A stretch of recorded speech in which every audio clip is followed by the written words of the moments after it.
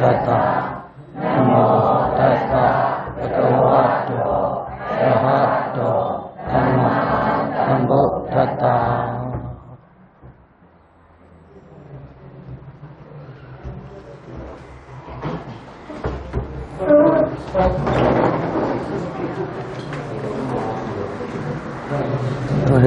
တို့လေးကိုညွှန်ချုပ်လာရင်ဒီခန်းလေးကိုလာပြလိုက်ဟိုမှပေါက်ကနေဟိုကနေကြည့်ခိုင်းလိုက်ဟိုမှပေါက်ကနေညွှန်ချုပ်လာရင်နော်ဟိုကကြတော့လူကနေနေတော့မရှိဘူးချင်တယ်ဒီကိုလာကြည့်ခိုင်းလိုက်ဟိုမှပေါက်ကနေကြည့်ခိုင်း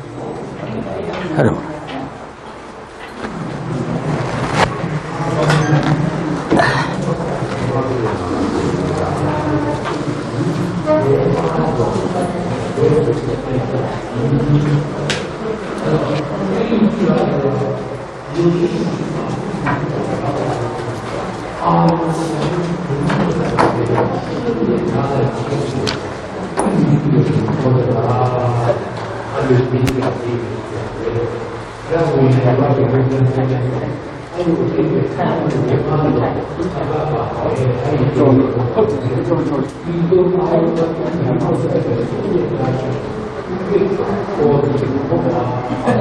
ဒီပဲလေ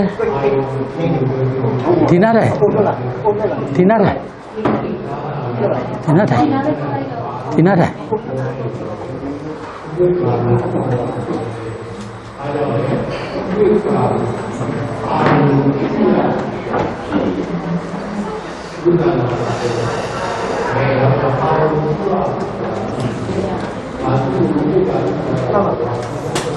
ဘယ်တော့မှလည်းရှော့ပြီလားသူတို့လူနဲ့သူကြားတယ်နော်ကြားတယ်ပြီးတော့ speaker ပါဘယ်ဆိုင်ဟုတ်ပြီ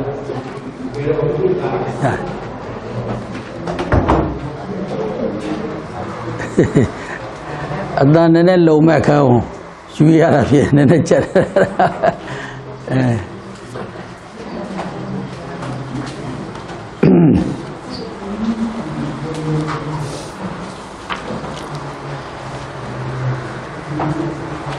ဒီကနေ့2026ခုနှစ်ဇူလိုင်လ17ရက်နေ့ကဘာကြီးပြီးဓမ္မသင်တန်းစိတ်ပိုင်းဘုန်းကြီးတို့အာဟုတုစိတ်အစပဲရှိပါတယ်ဟုတ်တယ်စိတ်ပိုင်းဆိုတဲ့အတိုင်းစိတ်အကြောင်းလေးလာစေတသိက်အကြောင်းတွေလည်းလေးလာနော်ဟုတ်တယ်စိတ်အကြောင်းလေးလာတော့ဒီဗိဓမာပညာရဲ့ဆိုတာကဘုန်းကြီးတို့ကမြတ်စွာဘုရားဟောတဲ့အတွက်ကြောင့်မလို့ဗုဒ္ဓဘာသာတရားလို့ပြောရတာပေါ့လေသို့တော်လည်းမြတ်စွာဘုရားကသဘာဝဓမ္မပညာပေါ့ natural law ပဲနော်ဗာလဲဆိုတော့တတ္တဝါတွေရဲ့တဏ္ဍာရှိတဲ့ဥစ္စာကိုသဘာဝဓမ္မတွေကိုမြတ်စွာဘုရားသဗ္ဗညုတဉာဏ်နဲ့ဟောထားတဲ့အတွက်သဘာဝဓမ္မပညာတွေပဲဒီ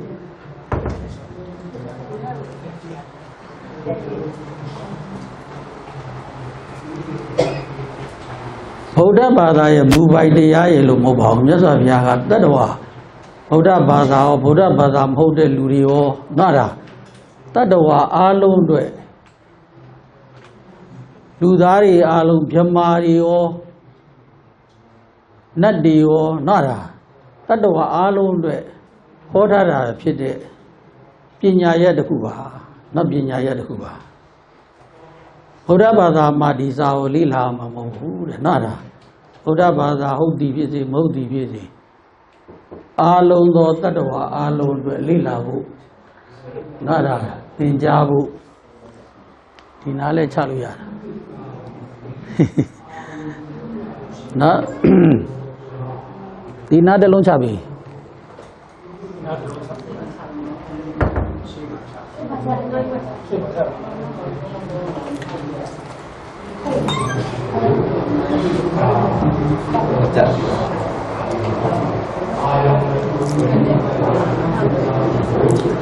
တတ္တဝါတိုင်းမှာဘုန်းကြီးတို့ကရေဘက်ကပြောခဲ့ပြီစိတ်ရှိတယ် အဲ့ဒီစိတ်ကိုဘာလဲဆိုတော့စိတ်ကိုမျိုးမျိုးကောင်းအောင်ဆိုးအောင်လုပ်တာကောင်းအောင်ဆိုးအောင်လုပ်တဲ့တရားကိုစေတသိက်လို့ခေါ်တာမိမိစိတ်ကိုကောင်းအောင်ဆိုးအောင်လုပ်နိုင်စွမ်းသောတရားကစေတသိက်တရားနော်စေတသိက်တရားဒါကြောင့်မလို့လူတိုင်းကဘာလုပ်နိုင်လဲဆိုတော့ကိုယ်စိတ်ကိုကောင်းအောင်ပြုပြင်လို့ရတယ်။နားဒါပြုပြင်တဲ့ဘာလဲနီးရှိတယ်။နားဒါကိုပြောချင်ပြုပြင်တဲ့နီးပြုပြင်တာကဘယ်သူကပြုပြင်လဲစေတသိက်တွေကပြုပြင်စေတသိက်တွေမှာအုပ်စု၃စုရှိပါတယ်။အကုသိုလ်စေတသိက်အုပ်စုမကောင်းတဲ့စေတသိက်အုပ်စုကုသိုလ်စေတသိက်ဆိုတဲ့သောဘနတင့်တယ်ကောင်းမြတ်တဲ့စေတသိက်အုပ်စုတွေရှိတယ်အဲ့ဒီစေတသိက်တွေကကိုယ်စိတ်ကိုဘာလဲဆိုတော့အကောင်းဆုံးဖြစ်အောင်သူကချဲလဲပြီးတယ်ပြုပြင်တယ်နောက်တစ်စုကတော့ဘာလဲဆိုတော့ကုသိုလ်နဲ့လည်းဆိုင်တယ်အကုသိုလ်နဲ့လည်းဆိုင်တယ်သူကတော့ဘာလဲဆိုတော့နှစ်ခုလုံးနဲ့ဆိုင်သောစေတသိက်ခြားနေပေါ့နော်ခြားနေစေတသိက်လည်းရှိတယ်အဲ့ဒီစေတသိက်အကောင်းတွေကိုဘုန်းကြီးတို့ကသိရင်ကိုယ်စိတ်ကိုစေတသိက်အကောင်းတွေကြီးစိုးအောင်ချဲလဲအောင်လုပ်ပြီးရင်စိတ်တွေအကောင်းကိုယ်စိတ်ကိုဘာလဲဆိုတော့အကုသိုလ်စေတသိက်တွေရဲ့ချဲလဲမှုများများစိုးပိုင်မှုများများခံရရင်တော့ကိုယ်စိတ်ရပါလဲဆိုတော့မကောင်းတဲ့ဘက်တွေကိုဘာလဲရောက်သွားမှာပေါ့ရောက်သွားမယ်ဆိုတဲ့အခါကျတော့စေတသိက်တွေကစိတ်ကိုမိတွယ်စိတ်ကိုချေ50နှစ်တွေ့စေတသိက်52ပါးရှိတယ်စိတ်ကိုမိတွယ်ပြီးစိတ်ကိုချေလေတဲ့တရား52မျိုးရှိတယ်ဒါတွေဘုန်းကြီးတို့ကလည်းအသေးစိတ်ပါလဲဆိုတော့စေတသိက်ပိုင်းကျတော့ပြောရမှာပေါ့နော်အခုကတော့ဗာလဲဆိုတော့စိတ်ပိုင်းကတော့နာမည်တွေပြီးဖို့နည်းနည်းလေးပို့ပြီးအသားပေးပြီးပြောရတော့နော်တကယ်တော့အကုသိုလ်စိတ်ဖြစ်အောင်အကုသိုလ်စေတသိက်တွေအလုပ်တာကုသိုလ်စိတ်ဖြစ်အောင်ကုသိုလ်သောဘနစေတသိက်တွေကလုပ်တာလက်တယ်ကိုသိရင်ဘုန်းကြီးတို့ကဘာလဲဆိုတော့ကိုယ်တန်တမှာဘယ်တရားတွေရဲ့အခြေလဲကိုကိုယ်စိတ်ကိုအခြေလဲခံပါလဲကိုယ်စိတ်ကိုအယောင်ဆိုးခံပါလဲဆိုတာเนาะဒါအဲ့ဒါလဲဘယ်သူ့ဘောပဲမူတည်လဲဆိုတော့ကိုယ်ဘောပဲမူတည်တာเนาะဒါပဲမြတ်စွာဘုရားဗိဓမာဆရာကြီးဥပမာပေးတာကစိတ်ဟာပပတရမိဒံဘိက္ခဝေစိတ်ဟာပပတရဖွေးဖြူတယ်စင်ကြယ်တယ်လို့ပြောတယ်ဥပမာပေးလို့ရှိရင်စိတ်ကိုဘာလဲဆိုတော့ကြည်လင်တန့်ရှင်းတဲ့ရေနဲ့ဥပမာပေးစိတ်ဟာဘာလဲကြည်လင်တန့်ရှင်းတဲ့ရေနဲ့ဥပမာပေးတယ်စေတသိက်ကိုတော့အယောင်မျိုးစုံနဲ့ဥပမာပေးဒီတန့်ရှင်းကြည်လင်တဲ့စိတ်ကြည်တန့်နေပေါ့နော်ဟိုပြတော့မိမိကဘာအယောင်တွေစိုးကျင်လဲကုသိုလ်အယောင်တွေစိုးကျင်သလားအကုသိုလ်အယောင်တွေစိုးကျင်သလားအကုသိုလ်အယောင်ဆိုရင်အမောင်တွေပေါ့မဲတဲ့အယောင်တွေဖြစ်မှာပေါ့နော်ဒါကုသိုလ်အယောင်ကတော့ဝါတဲ့အယောင်တွေလှတဲ့အယောင်တွေနော်ဒီလိုအယောင်တွေဖြစ်မှာအဲ့ဒီစေတသိက်တွေကအယောင်မျိုးစုံနဲ့ဥပမာတူတယ်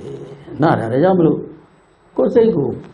ဘာအယောင်သွေးတွေစိုးကျင်တယ်လေနားဒါဘယ်စေတအကုသိုလ်စေတသိက်တွေရဲ့အခြေလေကိုယ်စိတ်ကခံမလားကုသိုလ်စေတသိက်တွေရဲ့အခြေလေနော်ဒါလွှမ်းမိုးမှုကိုခံမလားဆိုတာကဒီစိတ်စေတသိက်တွေအကြောင်းသိထားရင်ကိုကဘာလဲဆိုတော့ကိုယ့်အကိုဘာလဲဆိုစင်ကျင်နိုင်တယ်နော်ဒါလက်ခံခြင်းလဲလက်ခံလို့ရတယ်လက်မခံခြင်းလဲလက်မခံပဲနေလို့ရတယ်ဒါကြောင့်မလို့ဘာလဲဆိုတော့မြတ်စွာဘုရားဘဝကိုပြုပြင်ပေးတယ်ဘာလဲဆိုတော့ဆရာကြီးပေါ့ဗျာစိတ်ယောဂါတွေကိုကုသပေးတယ်လဲဘာလဲဆရာကြီးပေါ့နော်တိကိစ္စမဟာတိကိစ္စကလို့မြတ်စွာဘုရားကိုတင်စားမဟာတိကိစ္စကတိကိစ္စကဆေးဆရာ ဆေးဆရာရဲ့မှာရှိရပါလဲမဟာတိကိစ္စကပါလဲအလွန်ကြီးမြတ်တဲ့ပါလဲဆိုတော့ဆေးဆရာကြီးစေယောဂကုတာစေယောဂကုတယ်ဆိုလို့စေတစဆေးရုံကပါလဲဆရာဝန်တော့မဟုတ်ဘူးပေါ့နော်အဲ့ဒါလောကမှာလူတွေဟာအဲ့ဒါလူတွေပြောတော့ပြောကြတယ်ဗျာစေယောဂကုဆေးရုံရောက်မှယူတာလားစေယောဂကုရောဆေးရုံမရောက်လဲပဲဗာလဲဟုတ်လားပုထုဇနောဘုံမတ်တကောပုထုဇနောပုရုဇဉ်တတ္တဝါတွေကမြတ်စွာဘုရားတော့ပါပဲလေအကုန်လုံးပါလဲဆိုတော့အယူရွယ်လို့ပြောတော့အဲ့တော့မြတ်စွာဘုရားကလည်းစေယောဂကုဆရာဝန်ဆိုတော့လေအယူကုတဲ့ဆရာဝန်လို့ပြောလဲပဲเนาะလားဒီလိုပြောလို့ရပါဆိုပုရုဇနောဘုံမတ်တကောဆိုတော့စေယောဂကုဆရာဝန်တယောက်ပြောတာကြားဘူးတယ်လူတရားမှာ20ရတော့ဗာလဲရင်လေးနဲ့ဗာဖြစ်လဲအဲ့လိုတော့ပြောတာသူတို့စေယောဂကုဆရာဝန်တွေပြောတာနော်သူတို့လူတရားမှာဗာလဲဦးဇင်းတို့တရားရှိလား10ရောက်တော့ပြီပေါ့နော်ဒါပဲဖြစ်တာတမျိုးမျိုးတော့ယူနေကြတာပါပဲဟုတ်လားတစ်ဖက်ကမယူရင်တစ်ဖက်ကယူမှာနော်တချို့လဲအုပ်စယူတချို့လဲဘဝင်ယူတချို့လဲဟုတ်တယ်ချီယူအဲ့ဒါကိုမပြောမထွက်ဘူးဖြစ်နေတာနော်အဲ့ဒါပဲအမျိုးစုံရှိတာပေါ့နော်အဲ့ဒါဟိုစာသမားပေသမားကြတယ်လဲစာပေယူဟုတ်တယ်မလားဒီလိုလဲခေါ်ကြပါနော်အဲ့ဒါပဲသူအာတန်နဲ့ပဲပေါ့နော်ဗါလဲဆိုတော့အာတန်နဲ့ပဲယူရမှာဟုတ်တယ်ဘာဖြစ်ရမလဲကိုဝါဒနာရဲ့ပါတဲ့ဘက်မှာဘာဖြစ်နေရမှာလဲယူကိုယူနေရမှာဟုတ်တယ်နော်ဓမ္မအဲ့ပညာတတ်တာတဲ့ဟုတ်ရဲ့လားယူတော့ပတ်ရှင်ဆိုတာဗါလဲပတ်ရှင်ပါလဲဆိုတော့ဆွဲလန်းဗါလဲဆွဲလန်းဆွဲမဲ့တယ်ဆိုနော်ပတ်ရှင်ဆိုအဲ့ဒါယူသွချင်းတမျိုးပေါ့ဟုတ်တယ်မလားသိပ္ပံပညာရှင်တွေဆိုလည်းပဲဗါလဲသူနဲ့ဆိုင်တဲ့သူလေးလာတဲ့အပိုင်းမှာသူဘာဖြစ်လဲယူသွနဲ့ကျန်တာတွေဘဝအကုန်လုံးကျန်တာတွေကိုဗါလဲမေ့ရဒါလည်းယူသွချင်းတမျိုးပေါ့နော်ဟုတ်ပါပြီဘလို့ပဲဖြစ်ဖြစ်တနည်းနည်းနဲ့တော့ဗါလဲဆိုတော့နော်ယူသွကြတာဒါကြောင့်မြတ်စွာဘုရားလည်းပုထုဇနောဘုံမတ်တော်ကိုအရိယာမှမဖြစ်သေးရင်တော့ပုထုဇဉ်တွေဟာဗါလဲအကုန်လုံးယူကြတာပဲနော်လားအဲ့တော့စိတ်ကုဆရာကြီးဘာကိုကုလဲစိတ်ကိုကုနော်စိတ်ကိုကုတယ်ဘဝတွေကိုပြင်တယ်ဘာကိုပြင်လဲ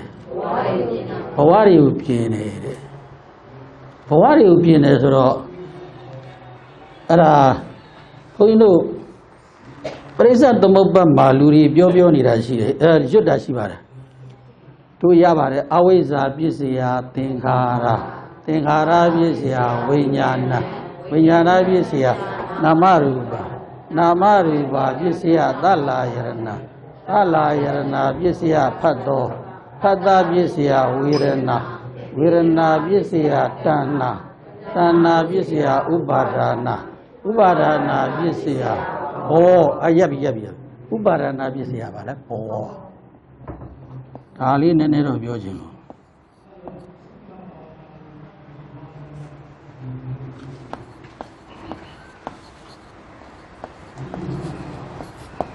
ဥပါဒနာပစ္စယပါလဲဘောဥပါဒနေယဘဝကိုဖြစ်စေတယ်ဘာဖြစ်ကြဘဝကိုဖြစ်စေတယ်တို့ဘဝတွေကိုဘယ်သူကဖြစ်စေနေတာလဲဆိုတော့ဥပါဒနာဘဝကိုနှမျိုးပြောတော့ကာမဘဝ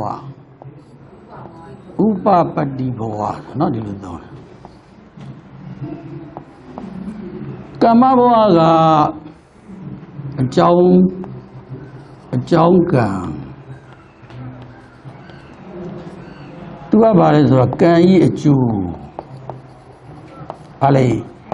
ကံဤအကျိုးဘုန်းကြီးတို့ လူလာဖြစ်တယ်အခုထိုင်နေတဲ့လူတွေအကုန်လုံးဘုန်းကြီးရောပေါ့နော်အကုန်လုံးဟာထိုင်နေတဲ့လူတွေဟာလူပြည်ရောက်လာတယ်ဆိုတော့ကုသိုလ်ကံကြောင့်ရောက်တာဘာကံကြောင့်ရောက်တာအကြောင်းကံဒါကုသိုလ်ကံဘာကံလဲကုသိုလ်ကံနဲ့ဘာလဲဆိုတော့ကံရဲ့အကျိုးဆိုတာဒီယုံ nant ခန္ဓာကြီးအဲရရှိတာတဲ့ယုံ nant ခန္ဓာကြီးကကံရဲ့အကျိုးကြောင့်ရတာဘာလဲယုံ nant ခန္ဓာဥပပတ္တိဘဝဆိုတာဘာလဲလို့မေးရင်ကိုယ်ခန္ဓာလက်ညှိုးထိုးပြလဲဒါဘာဘဝလဲဥပပတ္တိဘဝသူများခန္ဓာလက်ညှိုးထိုးပြလဲဘာလဲဥပပတ္တိဘဝတတ္တဝါတွေရဲ့ယုံ nant ခန္ဓာစီဘာလဲဥပပတ္တိဘဝဟုတ်ပြီနော်ဥပပတ္တိဘဝဆိုတာဘာလဲဆိုတော့ဒီခန္ဓာကြီးပဲကံကြောင့်ရတာကံကြောင့်ရတာမှာမတူတာတွေတော့ရှိတာပေါ့တချို့ဉာဏ်ကောင်းတယ်တချို့ဉာဏ်သိမကောင်းတချို့ယုတ်ပါလဲအစင်ပြေတယ်တချို့ယုတ်ပါလဲအစင်မပြေဟုတ်လားတချို့ကဝေးကြရပါလဲဆိုတော့ပြည့်စုံတယ်ချမ်းသာတယ်တချို့ကမွေးတော့ကတော့ဗာလေမပြည့်စုံဘူးမချမ်းသာဘူးကံနေရပါလဲဆိုတော့အမျိုးစုံပါလဲဆိုတော့ဖန်နေတာတချို့ကအသားဖြူတယ်တချို့ကဗာလဲအသားမဲမတူကြဘူးပေါ့တချို့ကချွေရံများတယ်တချို့ကဗာလဲချွေရံနေတယ်အကုန်လုံးကွာခြားမှုတွေကတော့ကံနေရောက်မယ်အဲ့တော့အဲ့ဒီဥပဒံကအဲ့ဒီဘဝတွေကိုပြီးပြင်ပါဗျာတဲ့ကံကိုလည်းပြီးပြင်မယ်ကံအကြောင်းကတော့ကုသိုလ်ကံလည်းရှိတယ်အကုသိုလ်ကံလည်းရှိတယ်အကြောင်းကံတွေကိုလည်းဖြစ်စီမှာအကျိုးခန္ဓာတွေကိုလည်းဗာလဲဖြစ်စီမှာအဲ့ဒါဘယ်သူရဲ့လက်ချက်လဲဆိုဥပါဒံရဲ့လက်ချက်ဘယ်သူလက်ချက်လဲဥပါဒံကဘယ်နှမျိုးရှိလဲတဲ့နော်လားကာမုပါဒံဘာလဲကာမုပါဒံဆိုတာကအာယု၅ပါးဘာလဲအာယု၅ပါးနဲ့ပတ်ဝန်းကျင်အာယု၅ပါးနဲ့ပတ်ဝန်းကျင်ကိုတွေ့ရတဲ့အာယု၅ပါးအဲ့ဒါဟိုတွေပါလဲကာမုပါဒံပတ်ဝန်းကျင်ကိုကျင်လျားတဲ့ပတ်ဝန်းကျင်ကိုမွေးဖွားလာတဲ့ဗာလဲပတ်ဝန်းကျင်လူကအဲ့ဒါအတုခိုးတာဗျာဗာလဲအတုခိုးတာပဲအင်မီတိတ်လုပ်တာပဲသူ့ဘဝပတ်ဝန်းကျင်ကကောင်းတဲ့ပတ်ဝန်းကျင်ဖြစ်ရင်သူ့မှာကောင်းသောအကျင့်ကောင်းသောစိတ်တွေဗာလဲဖြစ်လာသူ့ပတ်ဝန်းကျင်ကမကောင်းရင်ကူးဆက်ပြီးတော့ဗာလဲမကောင်းတဲ့စိတ်မကောင်းတဲ့ပါလဲအကျင့်တွေပါလာဒါလည်းအရေးကြီးတယ်နော်ဒါကြောင့်မလို့ဘယ်ဝန်းကျင်မှာတချို့ကမနေဘူးဘယ်ဝန်းကျင်မှာနေရမယ်ကသားသမီးတွေဒီဝန်းကျင်မှာမကြည်ပြင်းစေရဘူးဟုတ်လားဘယ်ဝန်းကျင်မှာကြည်ပြင်းစေရမယ်ဆိုတာလေတချို့မိဘတွေကပါလဲဆိုတော့နော်ဒီတိအောင်တွေးတယ်ပေါ့ဟောကြားတဲ့နေရာကြားသလိုပဲပါလဲရောက်တဲ့ရက်မှာပါလဲပျော်အောင်နေရောက်တဲ့ရက်ကမကောင်းတဲ့နေရာဖြစ်နေတယ်မကောင်းကျင့်နေရဘာလုပ်လာလဲဆိုကုဆက်လာတာသူသဖြင့်ကလေးတွေပေါ့ငယ်ငယ်လေးကစွဲလာတဲ့အကျင့်တွေနော်အဲ့ဒါပတ်ဝန်းကျင်မကောင်းတဲ့ပတ်ဝန်းကျင်ရဲ့ဇယိုက်တွေနော်အဲ့ဒါဟိုတဲ့နေရာကုဆက်လာအဲ့ဒါတွေကစွဲလာတငါဝန်းကျင်မှာကြီးပြင်းတဲ့ပုဂ္ဂိုလ်ကကြီးလာရင်ဘာလိုပဲတွေးလဲတငါလိုပဲတွေးတယ်ဟုတ်တယ်နော်သူ့ဝန်းကျင်တဲ့သူအတူရတာအဲ့ဒါလည်းအရေးကြီးတယ်ကာမုပါဒံအာယုံ၅ပါးရူပါယုံသတ္တဝါငနာဝရတ္တဘုရားဘာယုံနေနော်ဒါအဲ့ဒီအာယုံတွေကလည်းကိုယ်ဘာလဲဆိုတော့ကိုယ်ပေါ်မှာလွှမ်းမှုနော်အဲ့ဒီအာယုံတွေရူပါယုံသတ္တဝါငနာဝရတ္တဘာလဲဘုရားဘာယုံဆိုတဲ့အာယုံတွေကလည်းကိုယ်ပေါ်လွှမ်းမိုးပြီးတော့သူတို့ကလည်းကိုယ်ပေါ်မှာစိုးပိုင်ချဲလဲတယ်အဲ့ဒါဘာလဲ ကာမှုပါဒပတ်ဝန်းကျင်ပါလဲဆိုတော့အရေးကြီးတယ်ဒီကာမှုပါဒနောက်တစ်ခါပါလေဒိဋ္ဌုပါဒဒိဋ္ဌုပါဒဒိဋ္ဌိရတော့အယူအဆွဲဘာလဲအယူအဆွဲအယူအဆွဲကြတော့သူကလည်းခစ်နဲ့ဆိုင်နေတာဘာလဲတော့ခေအမြင်ခေအတွေးဘာလဲခေအမြင်ခေအတွေး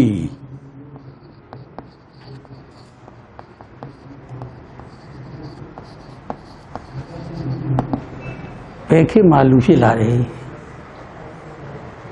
ခါတို့ခေတ်မှာထားပါတော့ဟိုလွယ်ကူပြောရင်တော့ကွန်မြူနစ်ခေတ်မှာဗာလဲလူဖြစ်လာတယ်ဆိုရှယ်လစ်ခေတ်မှာဗာလဲလူဖြစ်လာတယ်ဆိုရှယ်လစ်စာပေတွေဖတ်အဲ့ဒီအယူဆွဲတွေဗာလဲအဲ့ခေါင်းနဲ့ဆွဲကွန်မြူနစ်စာပေတွေဗာလဲဖတ်ကြတယ်ကွန်မြူနစ်တွေဗာလဲဆိုတော့အယူဆွဲတွေဆွဲခဲ့ကြခွဲလားအရင်ရှင်ဝါဒကြတော့ဗာလဲအဲ့ဒီခေတ်ကလေလူတွေကိုဗာလဲဆိုတော့လွှမ်းမှုဥပဒံမယ်ကွန်မြူနစ်သမားကိုအရင်ရှင်သမားသွားပြောလို့ဗာလဲတရားချလို့ဗာလဲ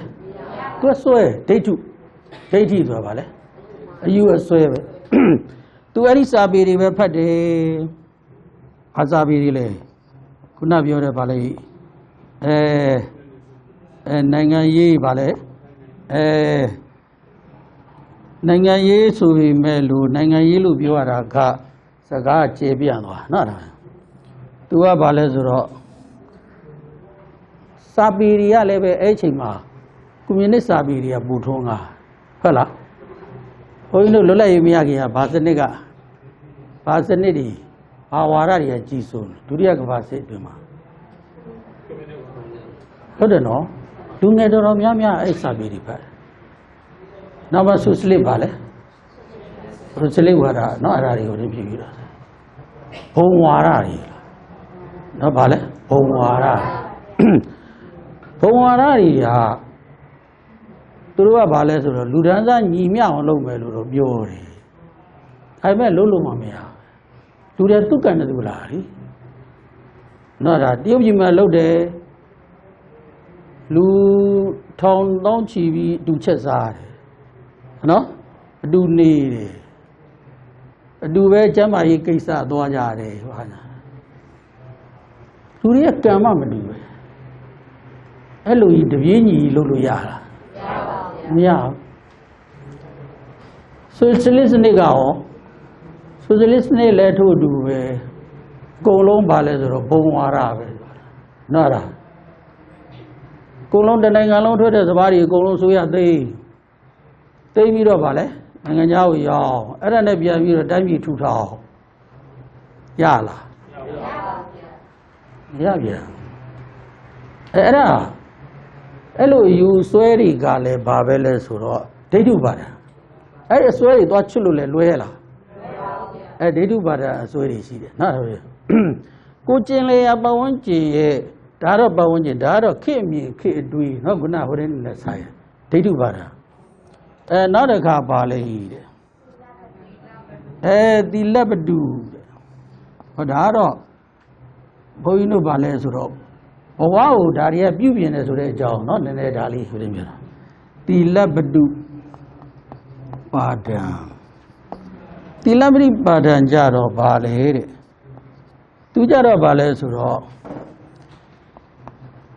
ဒါမိမိတို့ရဲ့ဇေယိုက်ညင်ပေါ့ဘာလဲဇေယိုက်ရဲ့ဘာလဲညင်ဒါတော့လူတွေမှာရှိတယ်ဘာလဲဆိုဇေယိုက်ညင်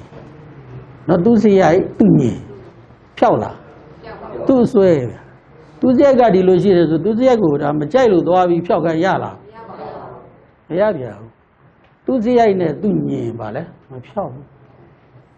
ဒါပေမဲ့ဇေယိုက်ညင်ကအကောင်းဖြစ်ရင်တော့ဘာဖြစ်လဲကောင်းတာပေါ့မ မကောင်းတဲ့ဇေယိုက်ညင်ဆိုရင်ပျက်စီးရေးရောက်သွားမှာပေါ့နော်ပျက်စီးရေးတော့သူကဇေယိုက်ညင်နဲ့ဆိုင်တယ်သီလပရုပါဒကောင်းတဲ့ဇေယိုက်ညင်တွေကအကောင်းကံတွေကိုဖြစ်စေမယ်အကောင်းယုတ်နံတွေကိုပါလေဖြစ်စေမှာမကောင်းတဲ့ဇေယိုက်ညင်တွေကမကောင်းတဲ့အာဟုတုကံတွေကိုဖြစ်စေမယ်မကောင်းတဲ့ယုတ်နံခန္ဓာတွေကိုဖြစ်စေမယ်ဟုတ်လားတချို့ကြတော့တူးချင်းတယောက်ချင်းရမဟုတ်ပါဘူးကိုယ်ပတ်ဝန်းကျင်ရဲ့ဇေယိုက်ညင်တွေကိုကူတယ်ခုနပြောသလိုကိုယ်ပတ်ဝန်းကျင်ရဲ့ဗာလဲဇေယိုက်ညင်အဲ့ထက်ကျေပြန့်ရင်တော့အမျိုးသားဇေယိုက်နဲ့အမျိုးသားညင်ဒီလိုလဲသုံးတာချင်းမြန်မာအမျိုးသားတွေရဲ့ဇေယိုက်ညင်ကဗာလဲတတိရှိတယ်ရေရောတယ်ဖော်ရွေးတယ်ဟုတ်လားမြန်မာတွေရဲ့ဇေယိုက်ညင်ကနိုင်ငံသားတွေဘယ်လိုမှတ်ချက်ပြုလဲမြန်မာတွေဖော်ရွေးတယ်အမေဒါနော်ဒါဇေယိုက်ကောင်းညင်ကောင်းပေါ့မြန်မာတွေတတိရှိတယ်ရှိလားမြန်မာတွေရဲရင်တယ်ရက်ရောတယ်ဟုတ်လားဟုတ်တယ်အလှူဒန်းအပိကံရက်ရောတယ်ဟုတ်လားမြန်မာနိုင်ငံဘာစုရအဲ့ဒီဒါနဘက်မှာပါလဲဆိုတော့နော်ဆင်းရဲပြီမဲ့လို့ပေးနိုင်တဲ့လူတွေပေးကမ်းတဲ့ဘက်မှာတော့မြန်မာပြည်ကနံပါတ်1ရာဟုတ်လားအဲ့ဒါတော့မြန်မာတို့ရဲ့ဗာလဲဇေယိုက်ညင်ဒီနေ့အမေရိကမှာနေတဲ့ဘုန်းကြီးနှစ်ပေါင်း30လောက်နေတယ်ဗမာပြည်ပြန်ကြွလာဘုန်းကြီးနဲ့အတူတူကျောင်းတစ်ကျောင်းမှာဆွန်စားအဲ့ဒီအလူပွဲလေးမှာနော်ဆွန်စားသူအမေရိကမှာနေတော့သူတို့ဟိုဒီနေရနိုင်ငံသားတွေကဒီလိုဗမာတွေလိုလူတာတန်းတာတော့မရရောဘူးဟုတ်လားလူတွေလည်းသူတို့ကတော့စနစ်တကျလူတည်တည်ချာချာလေ့လာပြီးမှပါလေတည်တည်ချာလေ့လာပြီးမှတကယ်လှူသင့်မှလှူတာမြန်မာတွေလိုလွယ်လွယ်ကူကူနဲ့ပါလေမလှူလိုက်ဘူးရတော့တည်တည်ချာချာသူတို့ကပါလဲဆိုတော့လေ့လာတယ်စဉ်းစားတယ်ဒါလှူသင့်တယ်မလှူသင့်ဘူးဆိုတာနော်သူတို့ကခွဲချမ်းစိတ်ဖြာပြီးတော့မှသူတို့ကဟိုတင်ဖြစ်တော့မြန်မာတွေလိုမြန်ဆန်ဆန်မလှူပြဘူးပေါ့ဗျာနော်ဒါအဲ့ဆရာတော်ဒီကြွလာတော့အော်တို့မြန်မာတွေဟာအတော်ရဲရောတယ် generous နော်ဗာလဲရဲရောမှုရှိစတင်ကြီးဆိုတာဗာလဲဟမ်ကစီနေတာဘယ်လိုပြောလဲဟမ်တွန်းကစီနေမြန်မာတွေရဲ့ဇေယျညင်ဟာထားပါတော့ပကံခေတ်ကိုပြောလို့ရှိရင်တော့ပကံခေတ်ကတကယ်ကိုဗာလဲအနောထာတို့ခြံစစ်သားတို့ရဲရင်တဲ့ဘက်မှာဟုတ်လားတိုင်းသူပြည်သားတွေပေါ်ထားတဲ့ဗာလဲတကယ်မေတ္တာတကယ်စေတနာဟုတ်လားအဲ့ဒီဇေယျညင်နေနောက်တစ်ခါပကံခေတ်မှာရှင်ရဟန်းရဲ့အဆုံးအမကိုရလို့ပကံသူပကံသားတွေဟာဗုဒ္ဓဘာသာပေါ်မှာနော်ယရဏသုံးပါးပေါ်မှာအလေးနဲ့ပါလဲဆိုတော့သက်ဝေယုံကြည်တဲ့အတွက်ကြောင့်မလို့နော်ဒါပါလဲဆိုတော့ပကံခေတ်ကိုယခုတိုင်လွမ်းနေရတကဘာလုံးကလည်းပါလဲအော်ချီးမွမ်းနေရတယ်ဆိုတာနော်ဒါပါလဲဆိုတော့တိုင်းသူပြည်သားတွေအတွက်ရက်ရောတယ်တိုင်းသူပြည်သားတွေအတွက်အန္တရာယ်ကိုကာကွယ်ပေးဖို့တတ်သိရှိတယ်ဟုတ်လားအဲ့ဒီလိုဇေယိုက်ညင်နေအကောင်းနေပေါ့နော်ဇေယိုက်ကောင်းပါလေညင်ကောင်းနေရှိအဲ့ဒါအမျိုးသားဇေယိုက်အမျိုးသားလက္ခဏာနော်ဒီလိုသုံးတာပေါ့ဒါပေမဲ့အဲ့ဒါတွေကအတိတ်မှာကြံခဲ့ပြီဘယ်မှာကြံခဲ့ပြီအဲ့ဇေယိုက်တွေရှိသေးလားမရှိတော့ဘူးလားရှားသွားပြီအဲ့ဇေယိုက်ကောင်းဇေယိုက်ညင်နေရှိအကြောင်းကံတွေကလည်းပါလေကောင်းကံတွေဖြစ်မှာပဲကောင်းစိတ်တွေဖြစ်မှာပဲကောင်းတဲ့အကျင့်တွေဖြစ်ကောင်းတဲ့ယုတ်နံခန္ဓာတွေပါလေဖြစ်လာမှာ ဇယိုက်ဆိုးအကျင့်ဆိုးတွေညင်ဆိုးတွေရှိရင်အကုသိုလ်ကံတွေအကုသိုလ်ကမ္မဘဝတွေဖြစ်မှာကိုယ်ဘဝအကုသိုလ်ကမ္မဘဝတွေနဲ့အကုသိုလ်ယုတ်နံတွေပဲတော့ဖြစ်တော့အဲဒါဘဝကိုပြုပြင်တယ်ဆိုတဲ့အကြောင်းပြောနော်ဘဝပြဥပါဒဏ်တွေကပြုပြင်ကဲနောက်တစ်ခါနောက်ဆုံးတစ်ခုဟုတ်တယ်အတ္တဝါဒုပါဒံအတ္တဝါဒုပါဒံကြတော့ဘာပြောတာလဲတ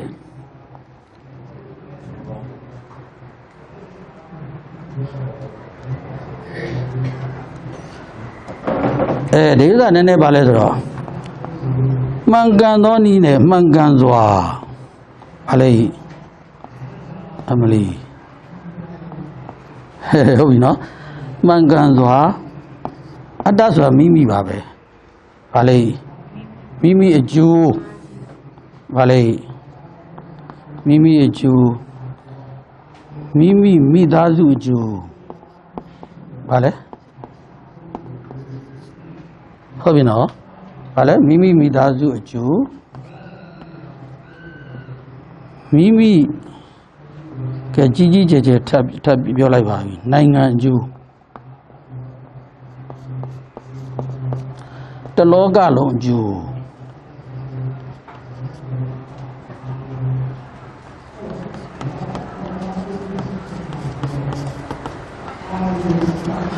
အတ္တဝါဒုပါဒံဆိုတာအတ္တမိမိကိုအမိပြုပြီးတော့မိမိအကျိုးရောမိမိမိသားစုအကျိုးရောမိမိပတ်ဝန်းကျင်ရဲ့ဗာလဲအကျိုးရောမိမိနိုင်ငံရဲ့အကျိုးမိမိလူမျိုးရဲ့အကျိုးအကုန်ပေါ့ဗျာတလောကလုံးရဲ့အကျိုးမှန်ကန်စွာဆောင်ရွက်တာအဲ့လိုမှန်ကန်စွာဆောင်ရွက်ရင်ဘာကံတွေဖြစ်ကမ္မဘဝကုသိုလ်ကံအကြောင်းတွေဖြစ်တာကောင်းတဲ့ဗာလဲယုံနာခန္ဓာတွေဖြစ်လာဗာလဲကောင်းတဲ့ယုံနာတွေခန္ဓာတွေဖြစ်လာအဲ့လိုမှမဟုတ်ပဲမမှန်မကန်မမှန်ကန်သောနည်းဖြင့်ကိုယ်အကျိုးပဲအဓိကဆောင်ရွက်တယ်ဗာလဲကိုမိသားစုအကျိုးဆောင်ရွက်တဲ့ထားအများအကျိုးကြတော့ဗာလဲမဆောင်ရအတ္တဝါဒုပါဒအတ္တကိုမှီပြီးတော့လုပ်ပြီးမယ်လို့မတူမှန်ကန်သောနည်းဖြင့်မိမိအကျိုးဗာလဲမိသားစုအကျိုးအများအကျိုးလောကအကျိုးနိုင်ငံအကျိုးဆောင်ရွက်တယ်ဆိုရင်ဒါကောင်းသောဗာလဲအတ္တအဲ့လိုမှမဟုတ်ဘူးအများအကျိုးလောကအကျိုးမဆောင်ရွက်ပဲနဲ့မိမိအကျိုးမမှန်မကန်ဆောင်ရွက်တယ်ဆိုလို့ရှိရင်တော့ဘာကံတွေဖြစ်လာမှာမကောင်းတဲ့ဗာလဲအကုသိုလ်ကံမကောင်းအကုသိုလ်ကံပဲဖြစ်ကောင်းကုသိုလ်ကံပဲဖြစ်သူ့ကိုဘာလို့ပါလဲကမ္မဘဝယုတ်နံတွေကလည်းဘာယုတ်နံတွေပဲဖြစ်လာမကောင်းတဲ့ယုတ်နံတွေပဲဖြစ်လာဟုတ်လားအဲ့တော့ဗာလဲဆိုတော့သူကမှန်ကန်စွာလေးတော့ထည့်ပြရမှာဗာလေးထည့်ပြရမလဲမှန်ကန်စွာနားတာဒီကလည်းမှန်ကန်စွာလေးတော့ပါနော်မှန်ကန်စွာအတ္တကိုစွဲတာတော့ဟုတ်တယ်ဒါပေမဲ့မှန်ကန်စွာမိမိအကျိုးမိသားစုအကျိုးအများအကျိုးလောကသာသနာအကျိုးတွေကိုဆောင်ရွက်တယ်ဆိုရင်အတ္တဝါဒုပါဒံဆိုတော့လည်းပဲကောင်းသောပါလဲကောင်းစိတ်ကောင်းကျင့်နေပါလေအနေနဲ့ဖြစ်သွားတယ်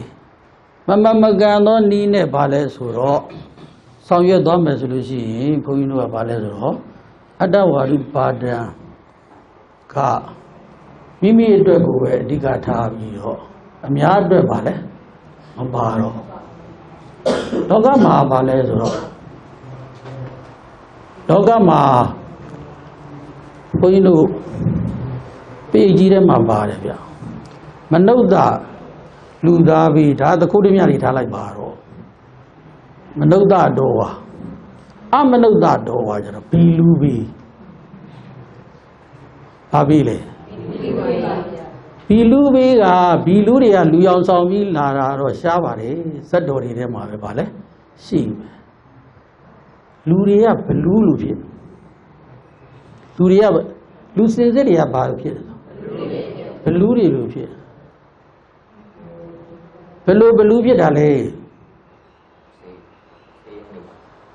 အများကျိုးဆောင်ရွက်ပါမယ်ဆိုပြီးတော့နာမည်ကဗာလဲအဲ့လိုလွှင့်ထားပြီမယ်လို့ပရာဟိတမဆောင်ရွက်ပဲအတ္တဟိတပဲဆောင်ရွက်တယ်ဆိုရင်သူကလူဘလူဗာလဲအများသူငါပေါ်မှာကရုဏာထားပါတယ်မေတ္တာထားပါတယ်လို့ပြောပြီးတော့တကယ်တမ်းကျတော့ဗာလဲမထားဘူးဆိုရင်လေသူကဗာလဲလူဘလူပဲဟုတ်လားနော်အများအတွက်ကောင်းတာတွေလုပ်ဖို့ဆိုပြီးတော့ဒီလိုကျင်ညာထားပြီးတော့အများအတွက်ကောင်းတာတွေမလုပ်ဖြစ်ပဲကိုယ့်အတွက်ကြီးပဲပါလေလုပ်ဖြစ်နေတယ်ဆိုရင်လည်းအဲ့ဒါဘာပဲလဲလူဘလူပဲတရားမလို့ပြောတာဘောနော်သာသနာနောက်ပိုင်းကျတော့ယဟန်တွေကလူနဲ့တူလူတွေကဘာနဲ့တူလူတွေကဘာနဲ့တူဘလူနဲ့တူအဲ့လိုခေတ်ရောက်နေပြီလားရောက်နေလား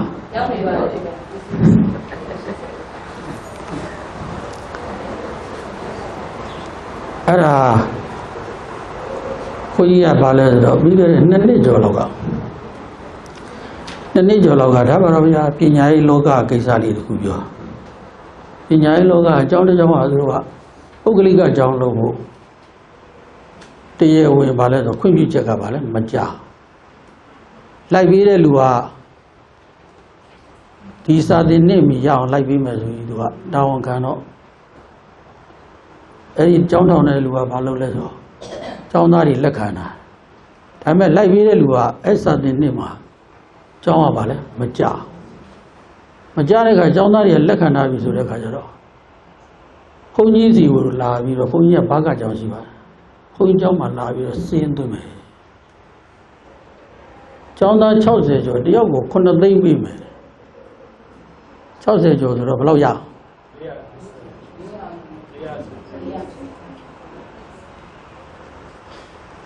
ဒီလိုလာပြီးတော့ဟိုတယ်လုပ်တယ်ဒါပေမဲ့ဘုန်းကြီးကဟာနေနေကိုပညာရေးဌာနမေးပါအောင်မယ်အဲ့လိုလုပ်လို့ရလား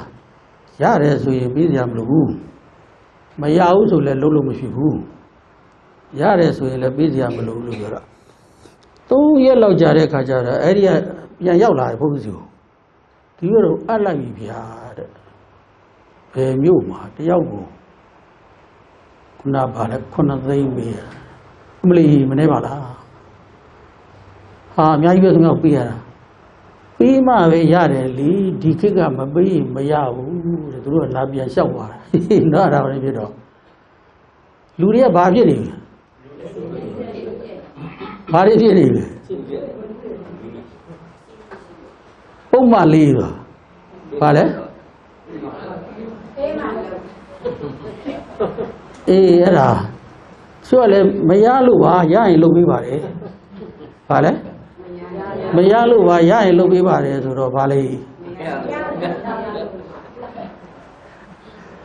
ကိုကြီးပြောလိုက်တာလည်းအဲ့လိုမျိုးဖြစ်လာဒီ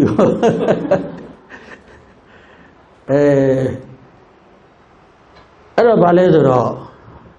ပြောကြတယ်နော်ဒါကတော့ခစ်ကူကလည်းအဲ့လိုဖြစ်လာနော်ခစ်ကူကလည်းအဲ့လိုပဲဘုန်းကြီးကလူနဲ့တူလူတွေကဘာလဲဘလူနဲ့တူကြားဘူးလားကြားပါပါဗျာအေးအဲ့ဒါဟုတ်တော့လည်းဟုတ်တာနော်အဲ့လိုတော့အဲ့လိုတော့ဖြစ်နေပြီဖြစ်တာတွေကများနေပြီဟုတ်တယ်မလားဖြစ်တာတွေကများနေဟိုတုန်းကဘာလဲဆိုတော့ဘုန်းကြီးတို့ဒါနည်းနည်းဆက်လို့ပြောတာပါဆက်ဆိုတာဗိုလ်ချုပ်အောင်ဆန်းတို့ခေတ်ကနိုင်ငံရေးလုပ်တယ်ဆိုတာလူညစ်ပတ်တယ်ဘာလဲညစ်နိုင်ပတ်နိုင်ဘာလဲသူ သူတော်ဘာပေါ်မှာပါလဲဆိုတော့ကြော်နိုင်ခွနိုင်ဘူကြနိုင်မှာနိုင်ငံရေးလုပ်တယ်နိုင်ငံရေးသမားနော်ဒီလိုရင်းပြတယ်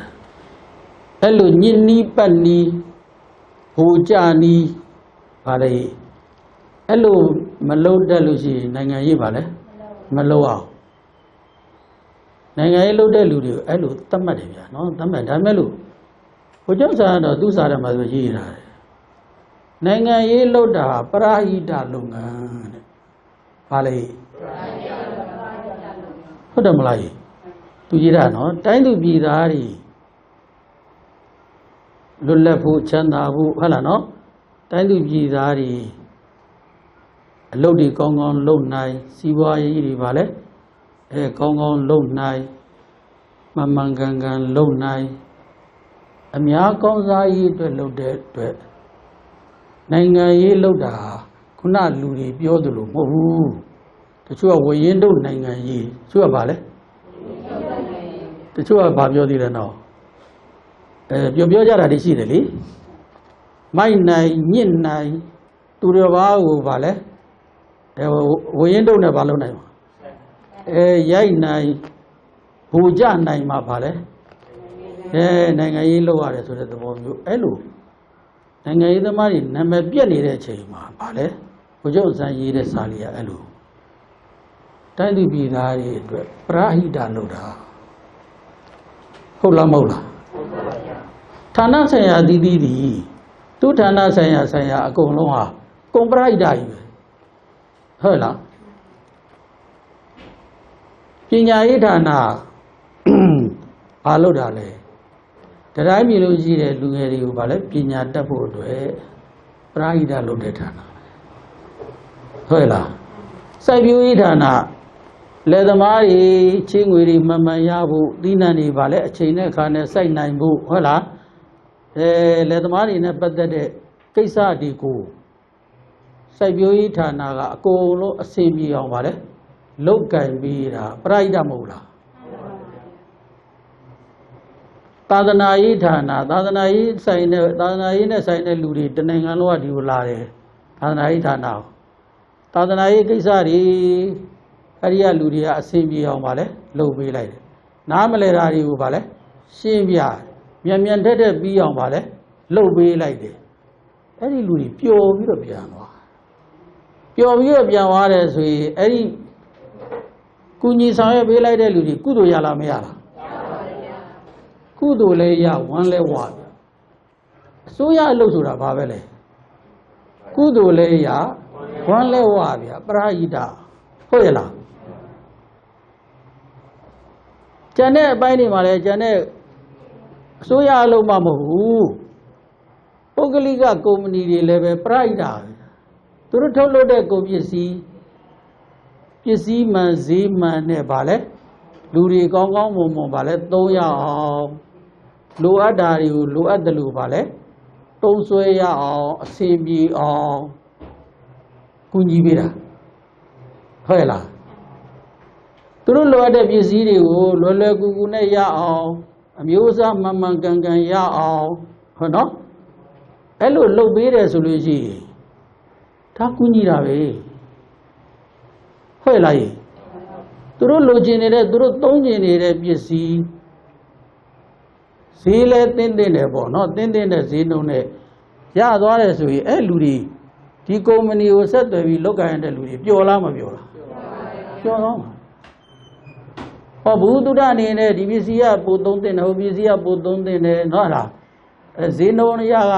ဘယ်ပစ္စည်းကပိုကောင်းတယ်ဟုတ်တယ်နော်လားအကြံဉာဏ်တွေလည်းပေးလိုက်ဟိုကနားလေသွားဘာမသိညာမသိဝယ်သွားတာမဟုတ်ဘူးအဲ့လိုအနေထားနဲ့ဆိုရင်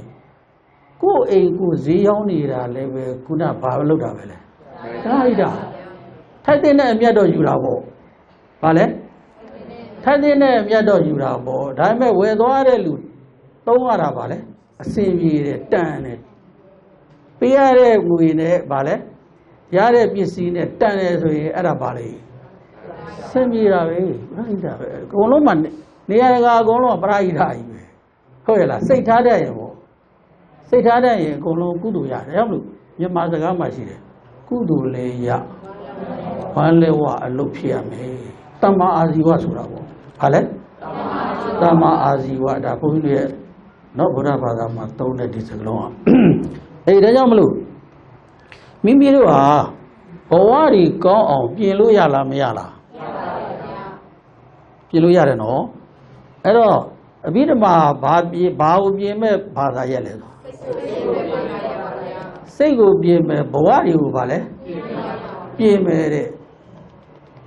ဟုတ်ရဲ့လားအဲ့ဒါပြင်ပေးမှာဘယ်သူတွေကပြင်ပေးမှာလဲဥပါဒနာပြည့်စရာဗာလဲဩနော်လားကိုဘဝပတ်ဝန်းကျင်ကဘယ်လိုပတ်ဝန်းကျင်လဲနော်ဒီဟုတ်တယ်အဲ့ဒီပတ်ဝန်းကျင်ကောင်းပတ်ဝန်းကျင်ဇိုးတွေရှိတာပေါ့ပတ်ဝန်းကျင်ကောင်းရင်အမြင်ကောင်းတဲ့အကျင့်ကောင်းတွေကိုရမယ်အမိတိတ်လို့ရဟုတ်လားဒါပါလေကာမှုပါတာအဲ့ဒီအစွဲချုပ်ဖို့မလွယ်ဘူးလူတွေကပြဿနာတခုဖြစ်နေအရင်တုန်းကတွေ့ကြုံခဲ့ဘူးတာကိုပဲသွားပြီးတော့ဗာလဲဆွဲတယ်ကောင်းသည်ဖြစ်စီမကောင်းသည်ဖြစ်စီအဲ့ဒါသွားဆွဲအဲ့ဒီမှာဆရာတွေကလည်းအရေးကြီးတယ်မိဘတွေကလည်းအရေးကြီးတယ်ဘယ်လိုကိစ္စပါတော့ပေါ်တော့ဟာမှားသည်မှန်သည်မဟုတ်ဘူးငါမိဘတွေကဘယ်လိုဆုံးဖြတ်တယ်အဲ့ဒါမှန်လားမှားလားလို့မဟုတ်ဘူးအဲ့ငါမိဘတွေဆုံးဖြတ်ခဲ့တာငါဆရာတွေဒီလိုဆုံးဖြတ်ခဲ့တယ်ဆိုပြီးတော့မှားလဲလိုက်တာပဲဆရာတွေပုံမှာလဲပါလဲအရေးကြီးတယ်နော်ဆရာတွေပုံမှာလဲအရေးကြီးတယ်မှားလဲဆရာတွေဆရာဇွဲနေပါလဲအမှားလိုက်တာဟုတ်လားဒါကြောင့်မလို့တရားမလိုက်အမှားကြိုက်ဆရာမိုက်နဲ့လွဲစီတော့တချို့ဒီလိုတော့ဆုတောင်းတယ်ဟုတ်တယ်နော်တရားမလိုက်အမှားကြိုက်ဆရာမိုက်နဲ့လွဲစီတော့ယဟန်တွေကလည်းပဲယဟန်တန်ဃာတွေကလူတွေကိုတရားဓမ္မအသိဉာဏ်ပညာတွေရအောင်ဟောရတယ်မလားပြောရတယ်မလားဒါပေမဲ့ယဟန်တွေကလည်းပဲဝီနီးမကြိုက်ဝီနီးမကြိုက်ယဟန်မိုက်ဝီနီးမကြိုက်ပါလေလောဘလိုက်ဝီနီးမကြိုက်လောဘလိုက်ယဟန်မိုက်နဲ့လွဲစီတော့တဲ့ဒါလည်းဆုတောင်းရသေးတယ်ဗျာနော်ဆရာတိုင်းကောင်းရလားအဲ့ဒါယဟန်တိုင်းရောကောင်းရလားဆိုတော့ခုနစကားရှိတော့အကောင်းဆုံးရှိတာပေါ့နော်ဝီနီးမကြိုက်ပါလေလောဘလိုက်ယဟန်မိုက်နဲ့လွဲစီတော့အဲ့ဒါဘာဖြစ်ပြလူတွေကငါဆရာကဒီလိုကိစ္စပေါ်တော့ဒီလိုဆုံးဖြတ်ခဲ့တယ်ဆိုငါလည်းဒီလိုဆုံးဖြတ်မယ်ဒီလိုလုပ်မယ်လို့ဖြစ်တယ်မှားဟုတ်လားအဲ့ဒါပတ်ဝန်းကျင်ရပါလေဒိဋ္ဌုပါတာဘာလဲဒိဋ္ဌုပါတာနော်လားခင်မြင်ခေအတွေ့ရဘယ်စနစ်ကမှန်လဲဘယ်ဟာမှန်လဲဆိုတာကိုလူတွေကမတွေးတော့ပဲနဲ့သူခေအခါပေါ်ခဲ့တဲ့စနစ်ကိုအမှန်လို့ပဲထင်ဒါကြောင့်နပိုလီယန်ပြောတယ်လားနပိုလီယန်ဘာပြောလဲအမားတွေကိုခဏပြောပြီးတဲ့ပြောပြီးလို့ရှိရင်ကြားလာရင်ယုံလာဟောတဲ့အမားတွေကိုဗာလဲကြားပါများတော့ဗာလဲယုံသွားဟောတယ်ဗျဟုတ်လားယုံရလားတရင်ပြန်ကြားကြီးရဲ့သူပြောတာဒီယုံလားဟုတ်ရဲ့လားယုံပါတယ်နော်သူတို့လည်းနပိုလီယန်နီးသုံးနေသလားမသိဘူးတခါကျစဉ်းစားကြည့်တာလေနပိုလီယန်နီးမြန်သုံးနေသလားလို့เนาะအဲ့ဒါဘာလဲဆိုတော့အဲ့ဒီအမားတွေကိုကြာဘာလဲခဏပြောပြီးနေတဲ့မဟုတ်တာတွေကိုကြာလာရင်ယုံသွားဟောတယ်ဟုတ်လားတော်တော်များတော့ယုံသွားတယ်ကြားပါများတာလေကြားပါများတော့ဗာလဲမြင်ပါများတော့ဗာလဲမြန်မာစကားရှိတယ်လေမြင်ပါများတော့ရင်လားတပည့်ကြည့်ကောင်းလာတယ်လို့ပြောတာဟုတ်လားကြည့်ကြားပါများတော့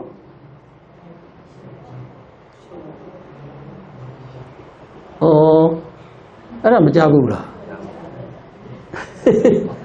မကြဘူး မြေမှာများတော့ကြီးကြားပါများတော့ဗာလဲ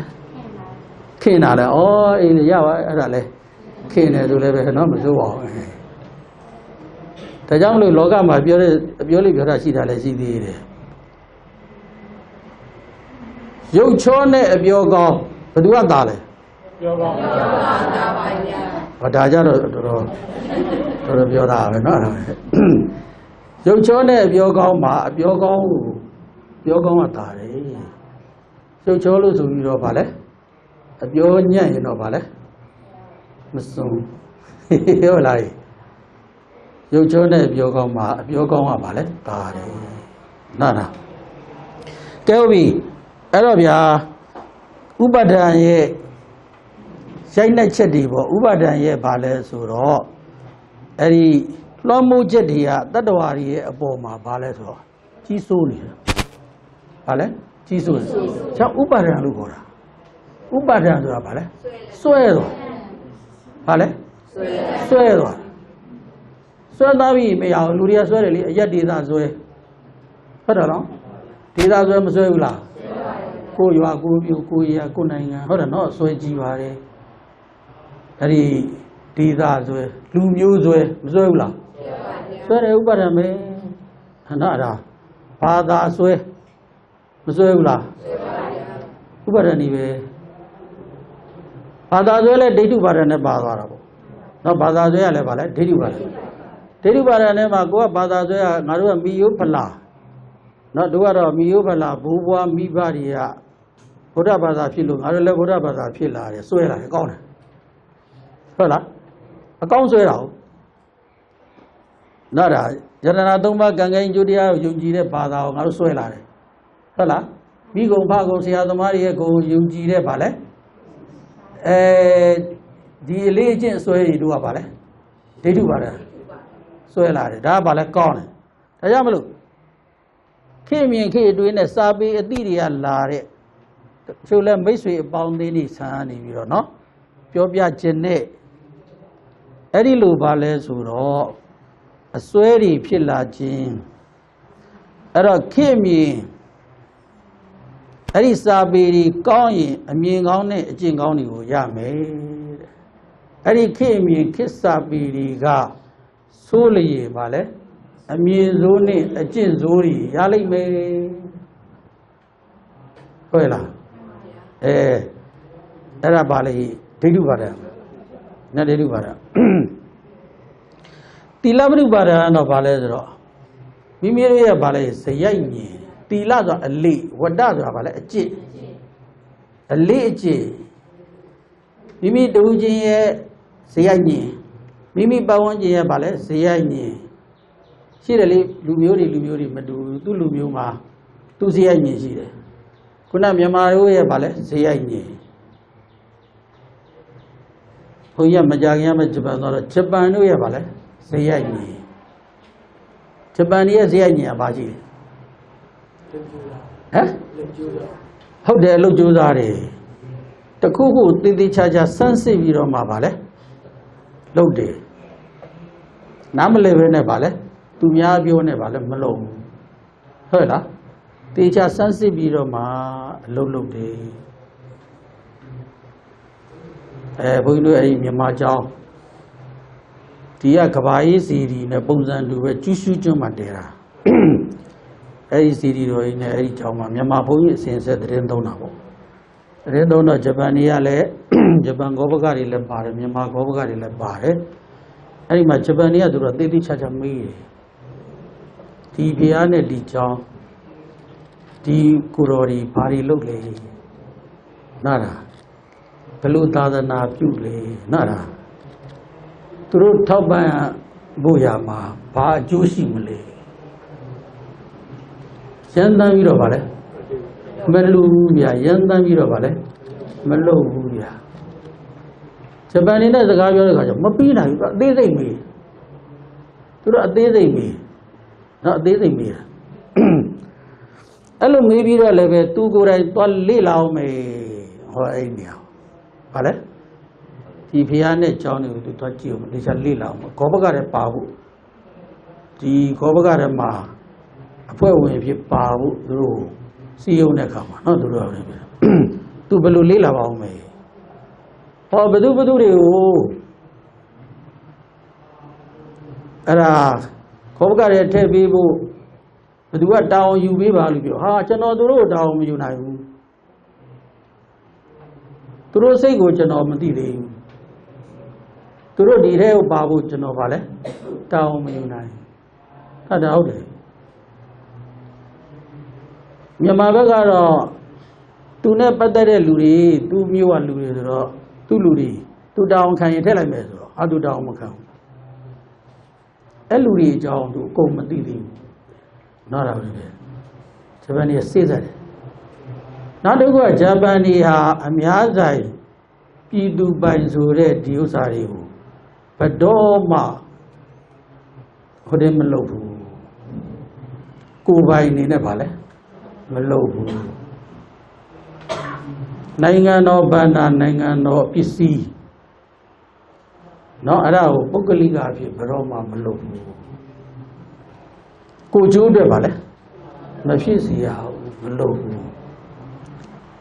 ဟိုတော့ဘုန်းကြီးကနှစ်ပေါင်း30လောက်တုန်းကနှစ်ခါရောက်ပြီးတဲ့ဂျပန်နှစ်ခါလောက်ရောက်ပြီးတယ်3ခါဖြစ်အခုတခါဆို3ခါရောက်ပြီး3ခါဒီတခါကတော့10ရက်ပဲနေကြတာဟိုအရင်ကတော့1လခွဲလောက်နော်ဒါ2လလောက်အဲ့လိုနေတော့နည်းနည်းကြာအရင်တခါအဲ့သွားတော့ကက်ဆောက်ဆိုတဲ့နေရာလေးတခုတေးတယ်ကဲကြောက်ပေါ်တတ်တယ်အောက်ထပ်မှာသူတို့ကဈေးဆိုင်ဖွင့်တာဈေးဆိုင်ဖွင့်ထားပြီးတော့ဘုန်းကြီးတို့အပေါ်တက်မှာလည်းတကားမရှိဘူးတော့မရှိဘူးဒီလိုဆွဲစီတာလေးပဲရှိတယ်တော့ဆွဲစီထားတာလေးပဲရှိတယ်အောက်ထပ်မှာဟောဆိုတော့အောက်ထပ်မှာလည်းပဲသူတို့ကဈေးဆိုင်ကညနေပိုင်းမှာဖွင့်တာမနက်ပိုင်းနဲ့နေ့ခင်းပိုင်းတွေကအလုပ်သွားလုပ်လာအောက်ထပ်တကားလည်းပိတ်လာဆိုအောက်ထပ်တကားလည်းမပိတ်ဘူးဘုန်းကြီးတို့စီမှာဆိုစိတ်မချဘူးဘယ်နဲ့လဲဘုန်းကြီးတို့ကတော့ပိတ်မလို့လိုက်ရှာဘယ်နာပိတ်ရမလဲကိုပါလာတဲ့ဒေါ်လာလေးပါလေးတကာတော့ဒါပျောက်သွားရင်တော့ကြာခီးစိတ်မရှိတော့ပြန်လို့မရပြည့်တော့နော်ဒါပါလိမ့်ပြီတော့ကိုပစ္စည်းလေးတွေပူတာအောင်ဘာတကားမှလည်းမရှိဘူးဘာတော့မှလည်းမရှိဘူးအဲ့လိုပဲနေဟုတ်တယ်အဲ့လိုပဲနေဂျပန်ကသူများအရာပစ္စည်းပါပြီသူများရဲ့ကက်ဆက်ကြီးလာယူမယ်ဘယ်သူမှမယူသူများရဲ့ TV လာယူမယ်ဗာလဲဘူးမှမယူကိုမလို့ရင်တို့ဟောင်းရင်တော့ဗာလဲသွားပြည့်တယ်သူများရဲ့ပစ္စည်းကိုယူတိတ်ယူထားဗာလဲအဲ့လိုမရှိအဲ့တော့အဒိဏဒါနာသိက္ခာဘုဘယ်နဲ့တော့ဟမ်အဲ့ဒါလည်းအမျိုးသားစရိုက်အမျိုးသားညီဖြစ်နေတာပေါ့ဘယ်နဲ့တော့အိမ်ဒီမှာဒီလိုဝရန္တာတွေကဟိုရင်းနေအိမ်ချံဝင်းနေအမြင့်ကြီးတွေမကောင်းနေနေလေးပဲကားတယ်ဆိုရုံပဲလူကြော်ဝင်လိုက်ရတယ်တခိုးလုံအောင်လို့ကားတာမဟုတ်ဘူးသူတို့ကကိုဗာလဲအိမ်အကာရန်လေးဖြစ်ရုံပဲကားတာဩစတြေးလျလည်းဒီလိုပဲနော်ဘုန်းကြီးတို့ဩစတြေးလျလည်းအဲ့လိုရောက်တော့ဘာမှမရှိဘူးအဲ့ဒါဒူးကောင်းကြော်ကြော်လောက်နော်အဲ့ဒါပေါင်လေလောက်အဲ့လိုဟာလေးပဲခါရတယ်ဘာမှမရှိဘူးခုနတော့တွေလည်းပါလေတော့ကလောက်တွေလည်းအဲ့နိုင်ငံမှာမရောင်းအောင်ချင်းမကြိုက်တော့ခြံနောင်လည်းမရောင်းအောင်ခြံနောင်ရောင်းတဲ့ဝယ်တဲ့လူလည်းမရှိတော့ကလောက်တွေလည်းပါလေမခတ်မကောင်းလားကောင်းပါရဲ့ဒါသူတို့ရဲ့ဇယိုက်မြင်လို့ဖြစ်နေဒါပေမဲ့လို့ဘုန်းကြီးတို့နိုင်ငံကအခုသာတော့ရီခတ်ရတာပေါ့ဟိုတုန်းကတော့တခိုးမရှိသောနိုင်ငံဗမာနိုင်ငံပြအားချက်မခံပြောအောင်ဗာလဲတခိုးမရှိသောနိုင်ငံဘယ်နိုင်ငံဆိုဗမာနိုင်ငံတဲ့တဲ့တော့တခိုးမရှိသောနိုင်ငံဗမာနိုင်ငံနဲ့ဘယ်လိုလဲဆိုတော့ဘယ်သူရေးထားတဲ့ထဲမှာပါတယ်ဆိုတော့တရားပြဆရာကြီးကိုအင်္ဂါရေးထားတဲ့စာအုပ်မှာပါတယ်နော်တရားပြဆရာကြီးပါလေကိုအင်္ဂါရေးထားတဲ့စာကိုအင်္ဂါရေးထားတဲ့စာမှာသူမိဘတွေကဟိုတုန်းကပါလဲဆိုကုန်တယ်ကိုအင်္ဂါရဲ့အဖိုးဖွားတွေနော်သူတို့ကဟိုတုန်းကဒီရှမ်းပြည်မှာ မြင်းနေနဲ့ကုံနေလှည့်ရောင်းတာမြင်းနေနဲ့လေကုံနေတင်ပြီးတော့မြင်းနေနဲ့လှည့်ရောင်းရွာတေကရောက်ရင်သူတို့ကဇရက်ရှိတယ်အဲ့ဇရက်မှာဇရဲချပြီးတော့ပစ္စည်းတွေလည်းချအဲ့ရွာမှာရောင်းတော့တာလည်းပဲအဲ့နောက်တနေ့ရွာသွားမြင်းနေနဲ့သူကအဲ့လိုလိုက်ရောင်းအဲ့ဒီမှာဒီရွာနေဟိုရွာပြောင်းတဲ့ကဇရက်ပေါ်မှာအထုတ်ကြံခဲ့လို့ပတ်စံတုပ်ပဲဖြစ်ဖြစ်နော်ဒါပစ္စည်းတုပ်တွေပဲဖြစ်ဖြစ်ကြံရင်ပြန်မယူနဲ့တို့နောက်တစ်ကြော့ပြန်ရောက်လာရင်အဲ့ဒီအတိုင်းပဲရှိတယ်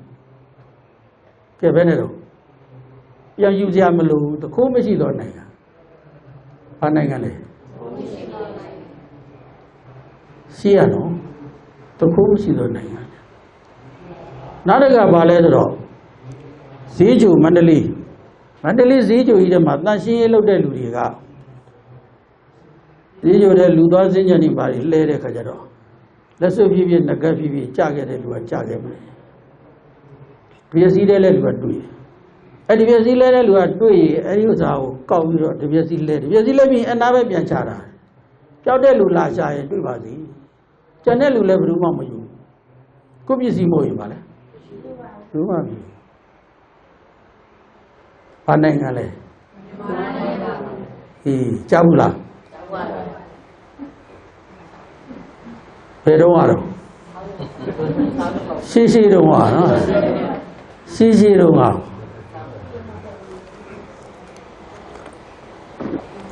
အခုနောက်ပိုင်းကျတော့ဘုန်းကြီး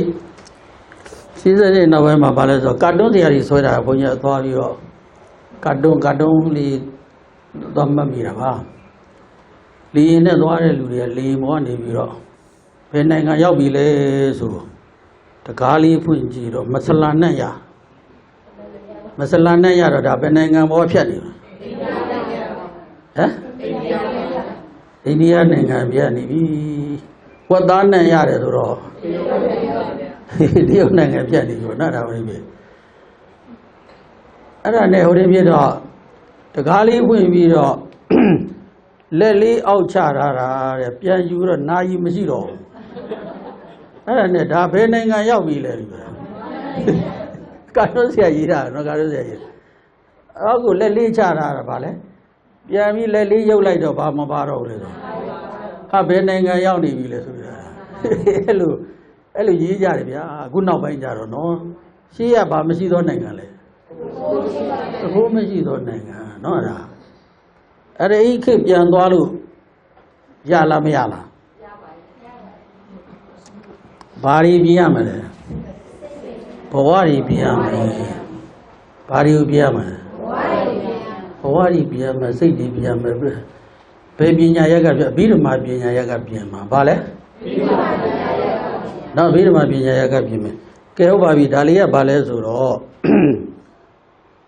ဘဝကိုပြင်တဲ့ပညာစိတ်ကိုဘာလဲပြင်တဲ့ပညာ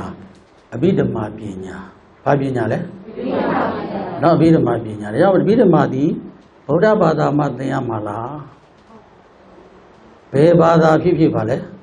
သင်ရမယ့်ဘာသာပဲဒီသဘာဝဓမ္မပညာနော်သဘာဝဓမ္မပညာဗုဒ္ဓဘာသာမဟုတ်တဲ့လူတွေရောစိတ်ရှိလားမရှိလားဘဝရှိလားမရှိလားရှိတယ်လေသူတို့စိတ်တွေသူတို့ဘဝတွေလည်းပိုကောင်းအောင်ပြင်လို့ရတယ်လေနော်ပြင်လို့ရတာပေါ့ဗုဒ္ဓဘာသာမှပြင်ရမှာမဟုတ်လေနော်ဒါအကုန်လုံးပြင်လို့ရဗုဒ္ဓဘာသာတွေကပူပြီးတော့ပြင်ရမှာပေါ့ငါတို့ရဲ့ကိုယ်ပိုင်ဘာသာဟုတ်လားငါတို့မိဘဘိုးဘွားတွေဗာလဲခံယူခဲ့တဲ့ဇယိုက်ညင်နော်ဒါကိုယ်ပိုင်ဘာသာဟုတ်လားမဟုတ်လားနော်အဲ့ဒါလေအမျိုးသားဇယိုက်မျိုးသားညင်ဖြစ်တဲ့ဘာသာအဲ့တော့ဘုန်းကြီးတို့အရင်နေ့ကအကုသိုလ်အကြောင်းကြီးပြောခဲ့ပါတယ်ဗျာနော်အဲ့ဒါအကုသိုလ်စိတ်ဘယ်လောက်လဲ12ပါးရှိတယ်လောဘမှုစိတ်ကဘာလဲ10ပါးနော်အဲ့ဒါလောဘမှုစိတ်10ပါးနံပါတ်1လောဘစိတ်ကတော့ဒီဂရီပါလေအားကောင်းဆုံးမြင့်ဆုံးပေါ့နံပါတ်8ကတော့ပါလေဒီဂရီအနှိမ့်ဆုံး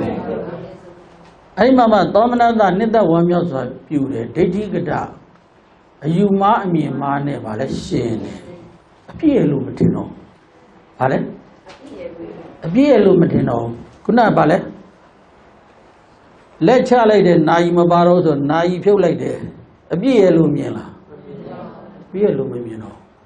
ဖြုတ်လိုက်နိုင်ရင်ဘာဖြစ်လဲရတာစီပြီးတာလောဘဖြစ်လာရင်ဒိဋ္ဌိကလည်းပါလာတယ်နော်လောဘဖြစ်ရင်ဗာလဲဒိဋ္ဌိကလည်းပါလာမန္တလေးဆရာတော်ကြီးတပါးသူတရားဟောတယ်ဗျနော်တရားဟောတော့ဘာဟောလဲဆိုလူတွေဟာတဲ့ချမ်းသာခြင်းကြတယ်ကြီးပွားခြင်းကြတယ်တိုးတက်ခြင်းကြနော်ချမ်းသာခြင်းကြကြီးပွားခြင်းကြတိုးတက်ခြင်းကြတော့မှန်ကန်သောနည်းဖြင့်ခုနလိုပေါ့နော်အတ္တဝါဒပါဒမှာ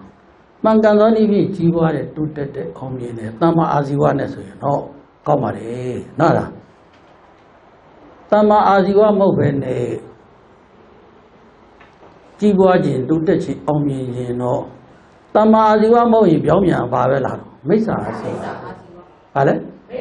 မိစ္ဆာအာဇီဝပဲလားမိစ္ဆာအာဇီဝပဲလာတော့ထားပါတော့တချို့ကဘာလဲဆိုတော့ဘသူတွေကငါးလောက်တော့ကြာတူးမရှိဘူးဘလောက်ချမ်းသာနေတယ်နော်ဘလောက်ကြီးပွားနေဘလောက်တိုးတက်နေတယ်ချို့ကလည်းကိုယ့်တက်ကယာရုကြီးတဲ့လူတွေကအရန်ချမ်းသာနေတာဘယ်လိုဖြစ်တော့ငါလည်းအဲ့နေရာရောက်ရင်တော့ဗာလဲဘယ်လိုလုပ်လိုက်မယ်ဆိုတာဘာဖြစ်လို့တော့ချမ်းသာခြင်းနဲ့ကြီးပွားခြင်းနဲ့တိုးတက်ခြင်းနဲ့ဆိုတဲ့အခါကျတော့တမ္မာအာဇီဝနီဟုတ်မဟုတ်ဘာအရေးကြီးလဲဆိုရဖို့ပါအရေးကြီးတယ်ဆိုဖြစ်လာအပြည့်ရဲ့လို့လဲမယူဆတော့ဘူးဆိုရဲအဲ့ဒါဘာပါဝါဒိဋ္ဌိပါဒါကြောင့်သောမနတာကိုဗာလဲဒိဋ္ဌိကတာသံပယုတ်အပြစ်လို့မမြင်တော့ဘူးဘာလို့မမြင်တော့ဘူးလဲအပြစ်လို့မမြင်တော့ဘူးဆိုတာကမိစ္ဆာဒိဋ္ဌိပဲလေဗုဒ္ဓဘာသာလို့လဲဗုဒ္ဓဘာသာလို့ပြောပြီးမယ်လို့ဗုဒ္ဓဘာသာပါလဲမောတော့ဟုတ်လားဗုဒ္ဓဘာသာရဲ့လို့တော့နာမည်တော့ပြောလို့ရတော့ဗုဒ္ဓဘာသာအစစ်မှန်ပါလေမဟုတ်တော့တမ္မာဒိဋ္ဌိမဟုတ်တော့ဘူးဗာဒိဋ္ဌိပြောတာမိစ္ဆာဒိဋ္ဌိတမ္မာအာဇီဝမဟုတ်တော့ဘူးဆိုရင်ဘာပြောလဲမိစ္ဆာအာဇီဝဘာလဲမိစ္ဆာအာဇီဝကြောင့်လောဘဖြစ်လာပြီဆိုရင်ဒိဋ္ဌိကလည်းကပ်ပါလာတော့တာပဲနော်ဗာလဲကပ်ပါလာတာသူများမိုးကားရတော့ရင်ငါလည်းဗာလဲတောင်းပါပဲနော်ဆိုတဲ့အနေကဗာလဲဆိုတော့အတော်များမှာဗာလဲဆိုတော့ရှိနေကြတာဖြစ်တာရှိနေကြတဲ့အတွက်ကြောင့်မလို့ဒိဋ္ဌိနဲ့ရှင်းတာတွေများပါတယ်တချို့ကြတော့လေအသိဉာဏ်တော်တော်လေးရှိတယ်စိတ်ကောင်းစေတနာကောင်းထားတဲ့အတွက်ကြောင့်မလို့မိစ္ဆာဒိဋ္ဌိနဲ့တော့မရှင်းဘူးမရှင်းပေမဲ့လေသူများမူကားရေတော့ဗာလဲတောက်တယ်ဆိုတာနော်ဗာလဲအဲ့ဒီလိုကြားတဲ့အခါကျတော့ဒိဋ္ဌိကရဗာလဲဝိပယုတ်ဘာဖြစ်သွားလဲဒိဋ္ဌိကရဝိပယုတ်ဖြစ်သွားတာပေါ့ဒိဋ္ဌိနဲ့ရှင်းသွားတာနော်ဒိဋ္ဌိနဲ့ရှင်းအဲ့တော့ဘာပဲဖြစ်ဖြစ်လူတွေမှာအပေါင်းအသင်းကောင်းလဲရှားရတာပေါ့မိတ်ဆွေကောင်းတွေလဲရှားရတာပေါ့ဟုတ်လားပတ်ဝန်းကျင်ကောင်းတွေလဲရှားရတာပေါ့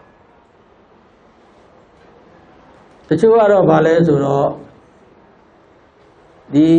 လွတ်လပ်ရေးမတိုင်ခင်ခေတ်မှာကွန်မြူနစ်ဆိုရှယ်လစ်ဝါဒတွေเนาะအဲ့ဒီအစွဲတွေပေါ့เนาะအဲ့ဒီဟိုတင်းနေဖြစ်တော့အဲ့ဒီတချို့ကွန်မြူနစ်စာပေကိုအစိတ်တောက်ဆိုရှယ်လစ်စာပေကိုလည်းဗာလဲအစိတ်တောက်နဲ့เนาะဒီလိုလဲပြောကြတာသုံးကြတာလည်းရှိတာပေါ့အရေးရှင်စနစ်ကိုလည်းပဲအရေးရှင်တွေကမတရားအမျက်ကြီးစားဗာလဲဆိုတဲ့အနေနဲ့အရေးချင်းစနစ်ကိုလည်းတော်လှန်ကြလားမတော်လှန်ကြလားနော်တော်လှန်ကြတာပေါ့အဲ့ဒါလည်းပဲဘုန်းကြီးတို့ဗာလဲဆိုတော့ဘုန်းကြီးတို့ငငယ်ကဘာရတော့မဟုတ်ဘူးဘုန်းကြီးတို့ရွာဆရာတော်တစ်ပါးကသူကလေစာအုပ်တွေအယံဝယ်တာသူ့နားမှာစာအုပ်တွေတော်တော်များတယ်အဲ့ဘုန်းကြီးတို့ရွာဘုန်းကြီးကလေဒါရန်ကုန်တာဂေတမှာနေတယ်အခုဘုန်းကြီးနေတဲ့ကြောင်မှာစာအုပ်တွေကသူကဝယ်တယ်သူစီလာလို့ရှိရင်စာအုပ်တွေအများကြီးဘုန်းကြီးကလည်းသူစီလာရင်စာအုပ်တွေကြီးပဲထိုင်ဖတ်သူကဆုံးခံကျွေးတယ် ဘုန်းကြီးကအိတ်လိုက်စာအုပ်တွေဖတ်လိုက်နေလို့ပဲနေတယ်အဲ့ဒီမှာဘာဖတ်မိလဲဆိုတော့ဟိုခေတ်ကအတွေးမြင်စကိုင်းဥဖို့သိရေးတဲ့ဗာလဲအတွေးမြင်စာအုပ်ဆိုတာအတွေးမြင်ဆိုတာအဲ့ဟိုစာအုပ်တွေဗာလဲဆိုတော့အတွဲလိုက်တွဲအများကြီးပဲနော်အဲ့ဒီစကိုင်းဥဖို့သိရေးတာကြားဘူးလားနော်အဲ့ဒီစာအုပ်တွေရှိတယ်အခုခေတ်လည်းအတွေးမြင်ဆိုတာလည်းစာရယ်နော်ဟိုတင်းတွေထုတ်ပါတယ်မဂ္ဂဇင်းတွေပါအဲ့ဒီစာအုပ်ဖတ်တဲ့အခါကျတော့အရင်းရှင်အကြောင်းကြီးတယ်အရင်းရှင်နဲ့အမျက်ကြီးစားနဲ့မတူဘာလဲ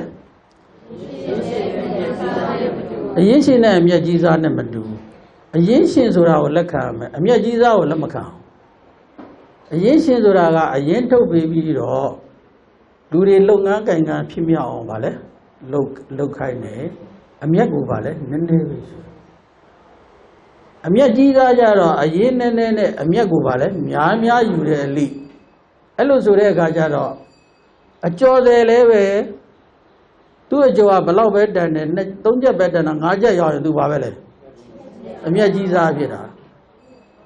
ဟုတ်လားအရင်ရှင်ကအရင်နေအများကြီးစိုက်ပြီးတော့အမျက်ကိုသင့်ယုံပဲယူတယ်ဆိုရင်အရင်ရှင်ကလက်ခံမှာဘာကိုလက်မခံမှာလဲ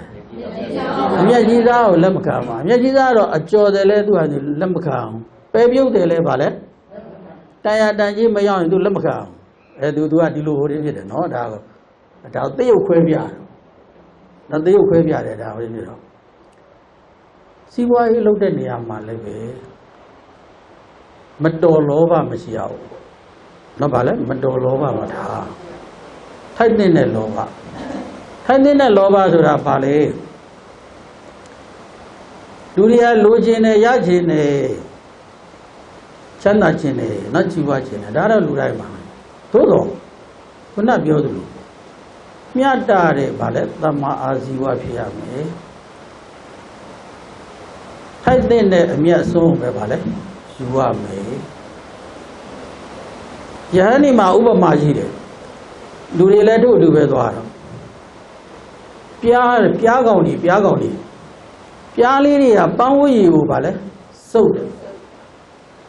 ပန်းဝတ်ရည်ကိုစုပ်ပေမဲ့လို့ပန်းဝတ်ရည်ကိုအကုန်စုပ်မသွားဘူးဗာလဲအကုန်စုပ်မသွားဘူးသူထိုက်တဲ့လောက်ပဲယူသွားတယ်အဲ့ဒီပန်းဝတ်မုံကနေဟိုဘက်ကိုလည်းဝတ်မုံပါလဲကူပေးသည်တဲ့သူလည်းပဲဝတ်မုံပန်းဝတ်ရည်လေးတွေနည်းနည်းစုပ်ပြီးတော့ပြားအုံကြီးတွေဖြစ်အောင်ပါလဲလုပ်တယ်ပန်းပွင့်နေလည်းပဲ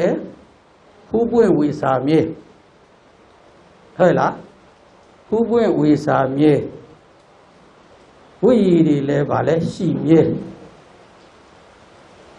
အဲ့ဒီလူတွေပေါ်မှာစီးပွားရေးလုပ်တယ်ဆိုလည်းပဲ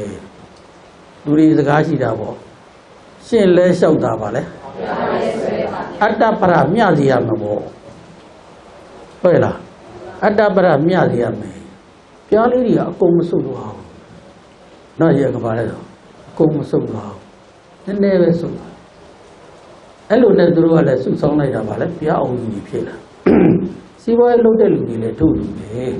အမျက်ကိုသိယုံပဲပါလဲယူပြီးတော့ကိုကြီးဝအောင်လုပ်အောင်စားသုံးသူတွေလည်းပါလဲအစီပြေကြနာတာဟိုတင်ဖြစ်ကြတယ်အဲ့ဒီလိုနေမျိုးနဲ့ပါလဲဆိုတော့စီးပွားရေးကိုလော့ပါလေတဲ့နာတာကိုအဲ့တော့ဘုန်းကြီးတို့လောဘဖြစ်လာရင်တော့ဘာလဲပါလာတယ်ဒိဋ္ဌိရလေပါလာအပြည့်ရလို့မမြင်ကြတော့ဘူးဗျအပြည့်ရလို့မမှတ်ယူကြတော့ဘူးဗျနော်လားအပြည့်ရလို့မမှတ်ယူကြတော့လို့ရှိရင်ဘာယူဖြစ်သွားပြီလဲမိစ္ဆာဒိဋ္ဌိဖြစ်သွားပြီဗျနော်လားအဲ့ဒါကဒီအကုသိုလ်အရာလောဘအရာမှာပဲလားဆိုတော့မဟုတ်ပါဘူးတဲ့မှန်ကန်သောအမြင်မှန်ကန်သောအယူတမ္မာဒိဋ္ဌိနော်ဗာလဲဆိုတော့တမ္မာဒိဋ္ဌိဟာဒီလောဘမှာမဟုတ်ဘူး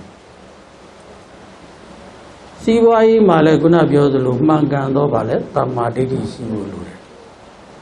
ပညာရေးမှာလည်းမှန်ကန်သောတမ္မာဒိဋ္ဌိဖြစ်ဖို့ဗာလဲလိုတယ် ပညာရေးစနစ်တွေမှန်မှန်ကန်ကန်ချတာတိုးတက်တယ်တိုးတက်တဲ့နိုင်ငံတွေဘာလို့တိုးတက်နေတာတော့ပညာရေးတွေဘာလို့ကောင်းနေတာတော့စီးပွားရေးတွေတိုးတက်တဲ့နိုင်ငံတွေဘာလို့စီးပွားရေးတွေတိုးတက်နေတာတော့သူတို့ဘယ်လိုလုပ်ကြလို့တော့မှန်မှန်ကန်ကန်ချမှတ်ထားတဲ့ဘာလဲဆိုတော့စီးပွားရေးတမ္မာဒိဋ္ဌိမှန်မှန်ကန်ကန်ချမှတ်ထားတဲ့ပညာရေးဘာလဲတမ္မာဒိဋ္ဌိမှန်မှန်ကန်ကန်ချမှတ်ထားသောနိုင်ငံရေးတမ္မာဒိဋ္ဌိအကုန်လုံးပါတယ်ပေါ့နိုင်ငံရေးမှာလည်းမမှန်ကန်သောလမ်းစဉ်ချထားလို့ရှိရင်အဲ့ဒီနိုင်ငံတိုးတက်မလားတိုးတက်မှန်ကန်သောနိုင်ငံရေးချမှတ်ထားတဲ့နိုင်ငံပြည်သူတွေလည်းချမ်းသာအစိုးရလည်းဗာလဲချမ်းသာစိတ်လည်းချမ်းသာကိုယ်လည်းချမ်းသာတိုင်းပြည်လုံးဗာလဲအေးချမ်းသာကြတယ်နိုင်ငံရေးမှာလည်းမိစ္ဆာဒိဋ္ဌိဖြစ်သွားရင်မရတော့ဘူးနော်ဒါအဲ့ဒါကြောင့်မလို့ဒီဒိဋ္ဌိကအရေးကြီးလားမကြီးလားအရေးကြီးတယ်ကြောင့်မလို့ဒီလောဘဖြစ်လာရင်တော့ဒိဋ္ဌိကလည်းတွဲပါလာပြီနော်ဒီလိုဖြစ်ရကြောင့်ဒီလောဘမှုစိတ်ရှိပါမာနလည်းပါလာလောဘဖြစ်လာလို့ရှိရင်ဘာတွေကပါတက်လာမာနတက်နော်မာနလည်းတက်လာလောဘနဲ့ပါလဲဆိုဖြစ်လာပြီလောဘဖြစ်လာတဲ့လေရောလောဘနဲ့တိမ့်ပိုက်ပြီတိမ့်ပိုက်เสียရီများများတိမ့်ပိုက်ပြီးရင်ဘာတွေကပါဖြစ်လာပြီမာနလည်းဖြစ်အကုသိုလ်တွေကပါလဲဆိုအကုန်ဆက်သွားဒါလောဘအုပ်စုလို့ခေါ်တယ်လောဘရဲ့ဒိဋ္ဌိရဲ့ဗာလဲမာနဒေါသကြတော့ဘာကြီးပါဆိုဒေါသမှာအိတ်တာမနာလိုတာပါလားမစ္စရိယဝန်တူတာပါလားဟုတ်လားမနာလိုဝန်တူစိတ်တွေကဘာအုပ်စုလဲဒေါသအုပ်စုအိတ်တာမစ္စရိယကုတ်ကုတ်စာကုတ်ကုတ်စာဆိုတာကကုတ်ကုတ်စာဟုတ်တယ်နောင်တတစ်ဖက်ပါလဲပူပန်ကိုမဟုတ်တာတွေလုပ်ထားပြီးပြန်တွေးတဲ့အခါကျတော့ကိုယ့်အကိုပါလဲစိတ်မသက်သာစိတ်မချမ်းသာငါမားသွားပြီနော်ဒါကိုယ့်ကိုပါလဲဆိုတော့ပစ္ဆတာပနောင်တရပူပန်ကုတ်ကုတ်စာအဲ့ဒါပါလေဒေါသအုပ်စုငါမစ္စရိယပြည့်မိသွားပြီဝန်တုံမိသွားပြီငါအိတ်တာမနာလိုမိသွားပြီဟုတ်လားဖြာပါရသူတော်ဘာကိုပျက်စီးစေလိုတဲ့အတွေးတွေပါလေတွေးမိသွားပြီကြံမိသွားပြီဖြာပါရဟုတ်တယ်နော်မေတ္တာရဲ့ဆန့်ကျင်ပဲဖြာပါရအများကိုပါလဲဆိုတော့ပျက်စီးစေခြင်းနာဒုက္ခရောက်စေခြင်းနာအဲ့ဒါပါလေဒေါသအဘိဇ္ဇာကြတော့မတရားလိုချင်တာနော်ဒါမမမကမတရားရခြင်းလိုချင်တာတွေကအဘိဇ္ဇာအားကြီးတဲ့လောဘနော်အဲ့လိုပါလေဖြစ်အဲ့ဒါတွေဖြစ်လာအကုသိုလ်တွေကသူ့ဟာသူအကုန်လုံးဆက်နွယ်ပြီးတော့ပါမောဟကြတော့ဗာလေအမှောင်ဖုံးတာမောဟမှုစိတ်နှစ်ပါးနော်အဲ့ဒါပြောတယ်အမှောင်ဖုံးတာမောဟဗာလေအမှောင်ဖုံးသွားတဲ့လူတွေအမှန်မြင်မှာတော့မလားမြင်တော့ဟောဒီကမိုက်တော့မှောင်းရဲဆိုလို့ရှိရင်တိုင်နေမမြင်တော့ဘူးဝင်တိုက်ချင်ပါလေတိုင်တဲ့နှစ်ခုနဲ့လည်းတိုက်ချင်တိုက်မှာပဲလမ်းသွားတဲ့မှောင်းနေကြိုက်တွေ့လဲပါလေကြိုက်တယ်ပါလေကြာချင်ကြာမှာပဲဟုတ်လားခလုတ်တိုက်စရာကြီးလဲပါလေတိုက်မှာပဲဆိုတော့မောဟဆိုတာအမှောင်ဖုံးသွားရင်ဘာမှအပြစ်မမြင်တော့အကောင်းအဆုံးမသိတော့ဒါကြောင့်မလို့လူတွေပြောကြတာရှိတော့မလုပ်ရတာမရှိဘူးဒါဆိုရင်ဘာဖုံးသွားလဲမောဟဘာအမှောင်ဖုံးသွားလဲမောဟအမှောင်ဖုံးသွားတယ်မောဟအမှောင်ဖုံးသွားတဲ့အတွက်အကျိုးအပြစ်တွေပါလဲနားမလဲတော့ကိုဖြစ်ချင်တာကိုလုပ်တယ်ဆိုတာเนาะဒီလိုရောက်ပါကြောက်စရာကောမောဟမောအဲ့မှာဘာတွေပါလာဆိုအာဟိရိကအရှက်မရှိတော့ဟာဒါရှက်စရာကြီးပါလားဟာဒါသူများတွေကိုကြားဝိုင်းရှက်စရာကြီးသူများတွေသိသွားရင်ပါလဲရှက်စရာကြီးသူများကြားသွားရင်ရှက်စရာကြီးငါပြောလိုက်တဲ့စကားရှက်သေးလားအမှောင်ဖုံးသွားဟာမရှက်တတ်ဘူးလားကွာဒါတော့မှဆိုတော့ဒါရှက်တတ်ရင်သေလို့တော့ရတယ်ကွာနဲ့ပြောကြရလူတွေလေရှက်ဘူးအာဟိရိကမရှက်တော့ခြင်းဟာရဲစည်းပဲမရှက်တော့ခြင်းဟာဗာလဲရဲစည်းဖြစ်သွားပြီလှုပ်ချင်တော့တာပဲ အနုတ္တပအကြောင်းလည်းမရှိတော့ဘူးဟာဒါနော်ပြစ္ဆုတ်ပံအတွက်လည်းမကောင်းဘူးတန်တရားအတွက်လည်းမကောင်းမကောင်းတဲ့အပြစ်တွေဖြစ်တဲ့အတွက်ဒါကြောက်တဲ့ရာကြောက်တဲ့နာပါဒုစရိုက်ကိုကြောက်ရတာဟောဒုစရိုက်ဆိုတော့ဗာလဲမကောင်းမှုဒါဒုစရိုက်ပဲမကောင်းတဲ့မှုပဲဒါကြောက်မယ်ဒီဘောကလည်းကြောက်เสียနောင်အတွက်တန်တရားအတွက်လည်းဗာလဲကြောက်เสียရဲ့လူသူကြောက်သေးလားမကြောက်တော့ဘူးဘာဖုံးသွားလဲဆိုမောဟအမောင်ဖုံးသွားမလုပ်ရတာတို့ဘာလို့မရှိတော့ဘယ်သူကအားပေးလိုက်တာအာဟိရိကအရှက်မရှိတော့ခြင်းအနုတ္တပအကြောက်လန့်မရှိတော့ခြင်းကဘာလဲအားပေးလိုက်တာဒါကြောင့်မလို့အာဟိရိကဗလတဲ့ဘူတဲ့သူကစွမ်းအားရှိတယ်အနုတ္တပဗလတဲ့ဟောနော်ဗလဆိုဘူတဲ့စွမ်းအားရှိတယ်အရှက်ကြောက်ကင်းသွားပြီဆိုရင်အဲ့ဒီလူလှုပ်ချင်တော့လှုပ်ချင်ရတော့ဘာလဲလှုပ်တော့တာပဲဥဒိစ္စပြန့်လွင်တယ်မတည်ငြိမ်တော့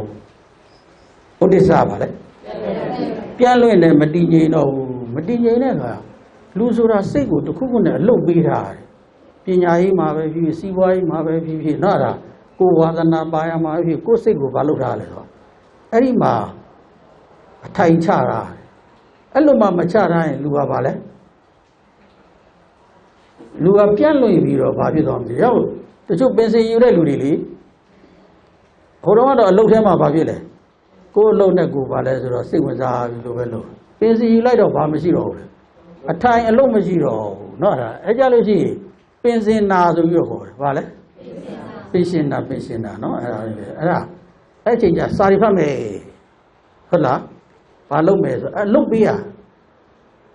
စာရီနဲ့ပြောမယ်စာရီဖတ်မယ်ဘာတွေလုပ်မယ်เนาะဒီလိုစာရီတရားထုတ်မယ်ဘာလုပ်မယ်စသည်ဖြင့်ဟိုနိုင်ငံခြားလူတွေကတော့ငါးသွားများမယ်တဲ့ဟာเนาะဒါခေါင်းရိုက်မယ်တဲ့ဆိုတော့ဒါပဲဗမာတွေကတော့အဲ့လိုမဟုတ်ပါဘူးဗမာတွေကဗာလဲ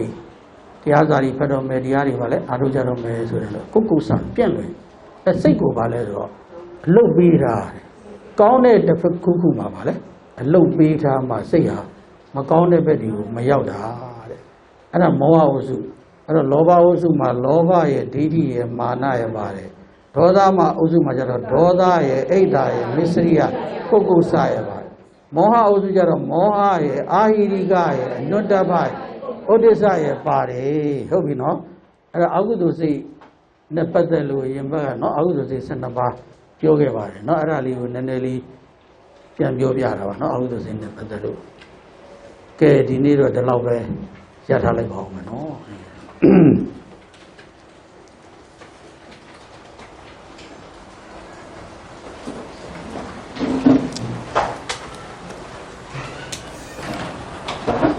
ဗုဒ္ဓသာသနာစိရာတိတ္တုဗုဒ္ဓသာသနာစိရာတိတ္တုဗုဒ္ဓသာသနာစိရာတိတ္တုသာဓုသာဓုသာဓု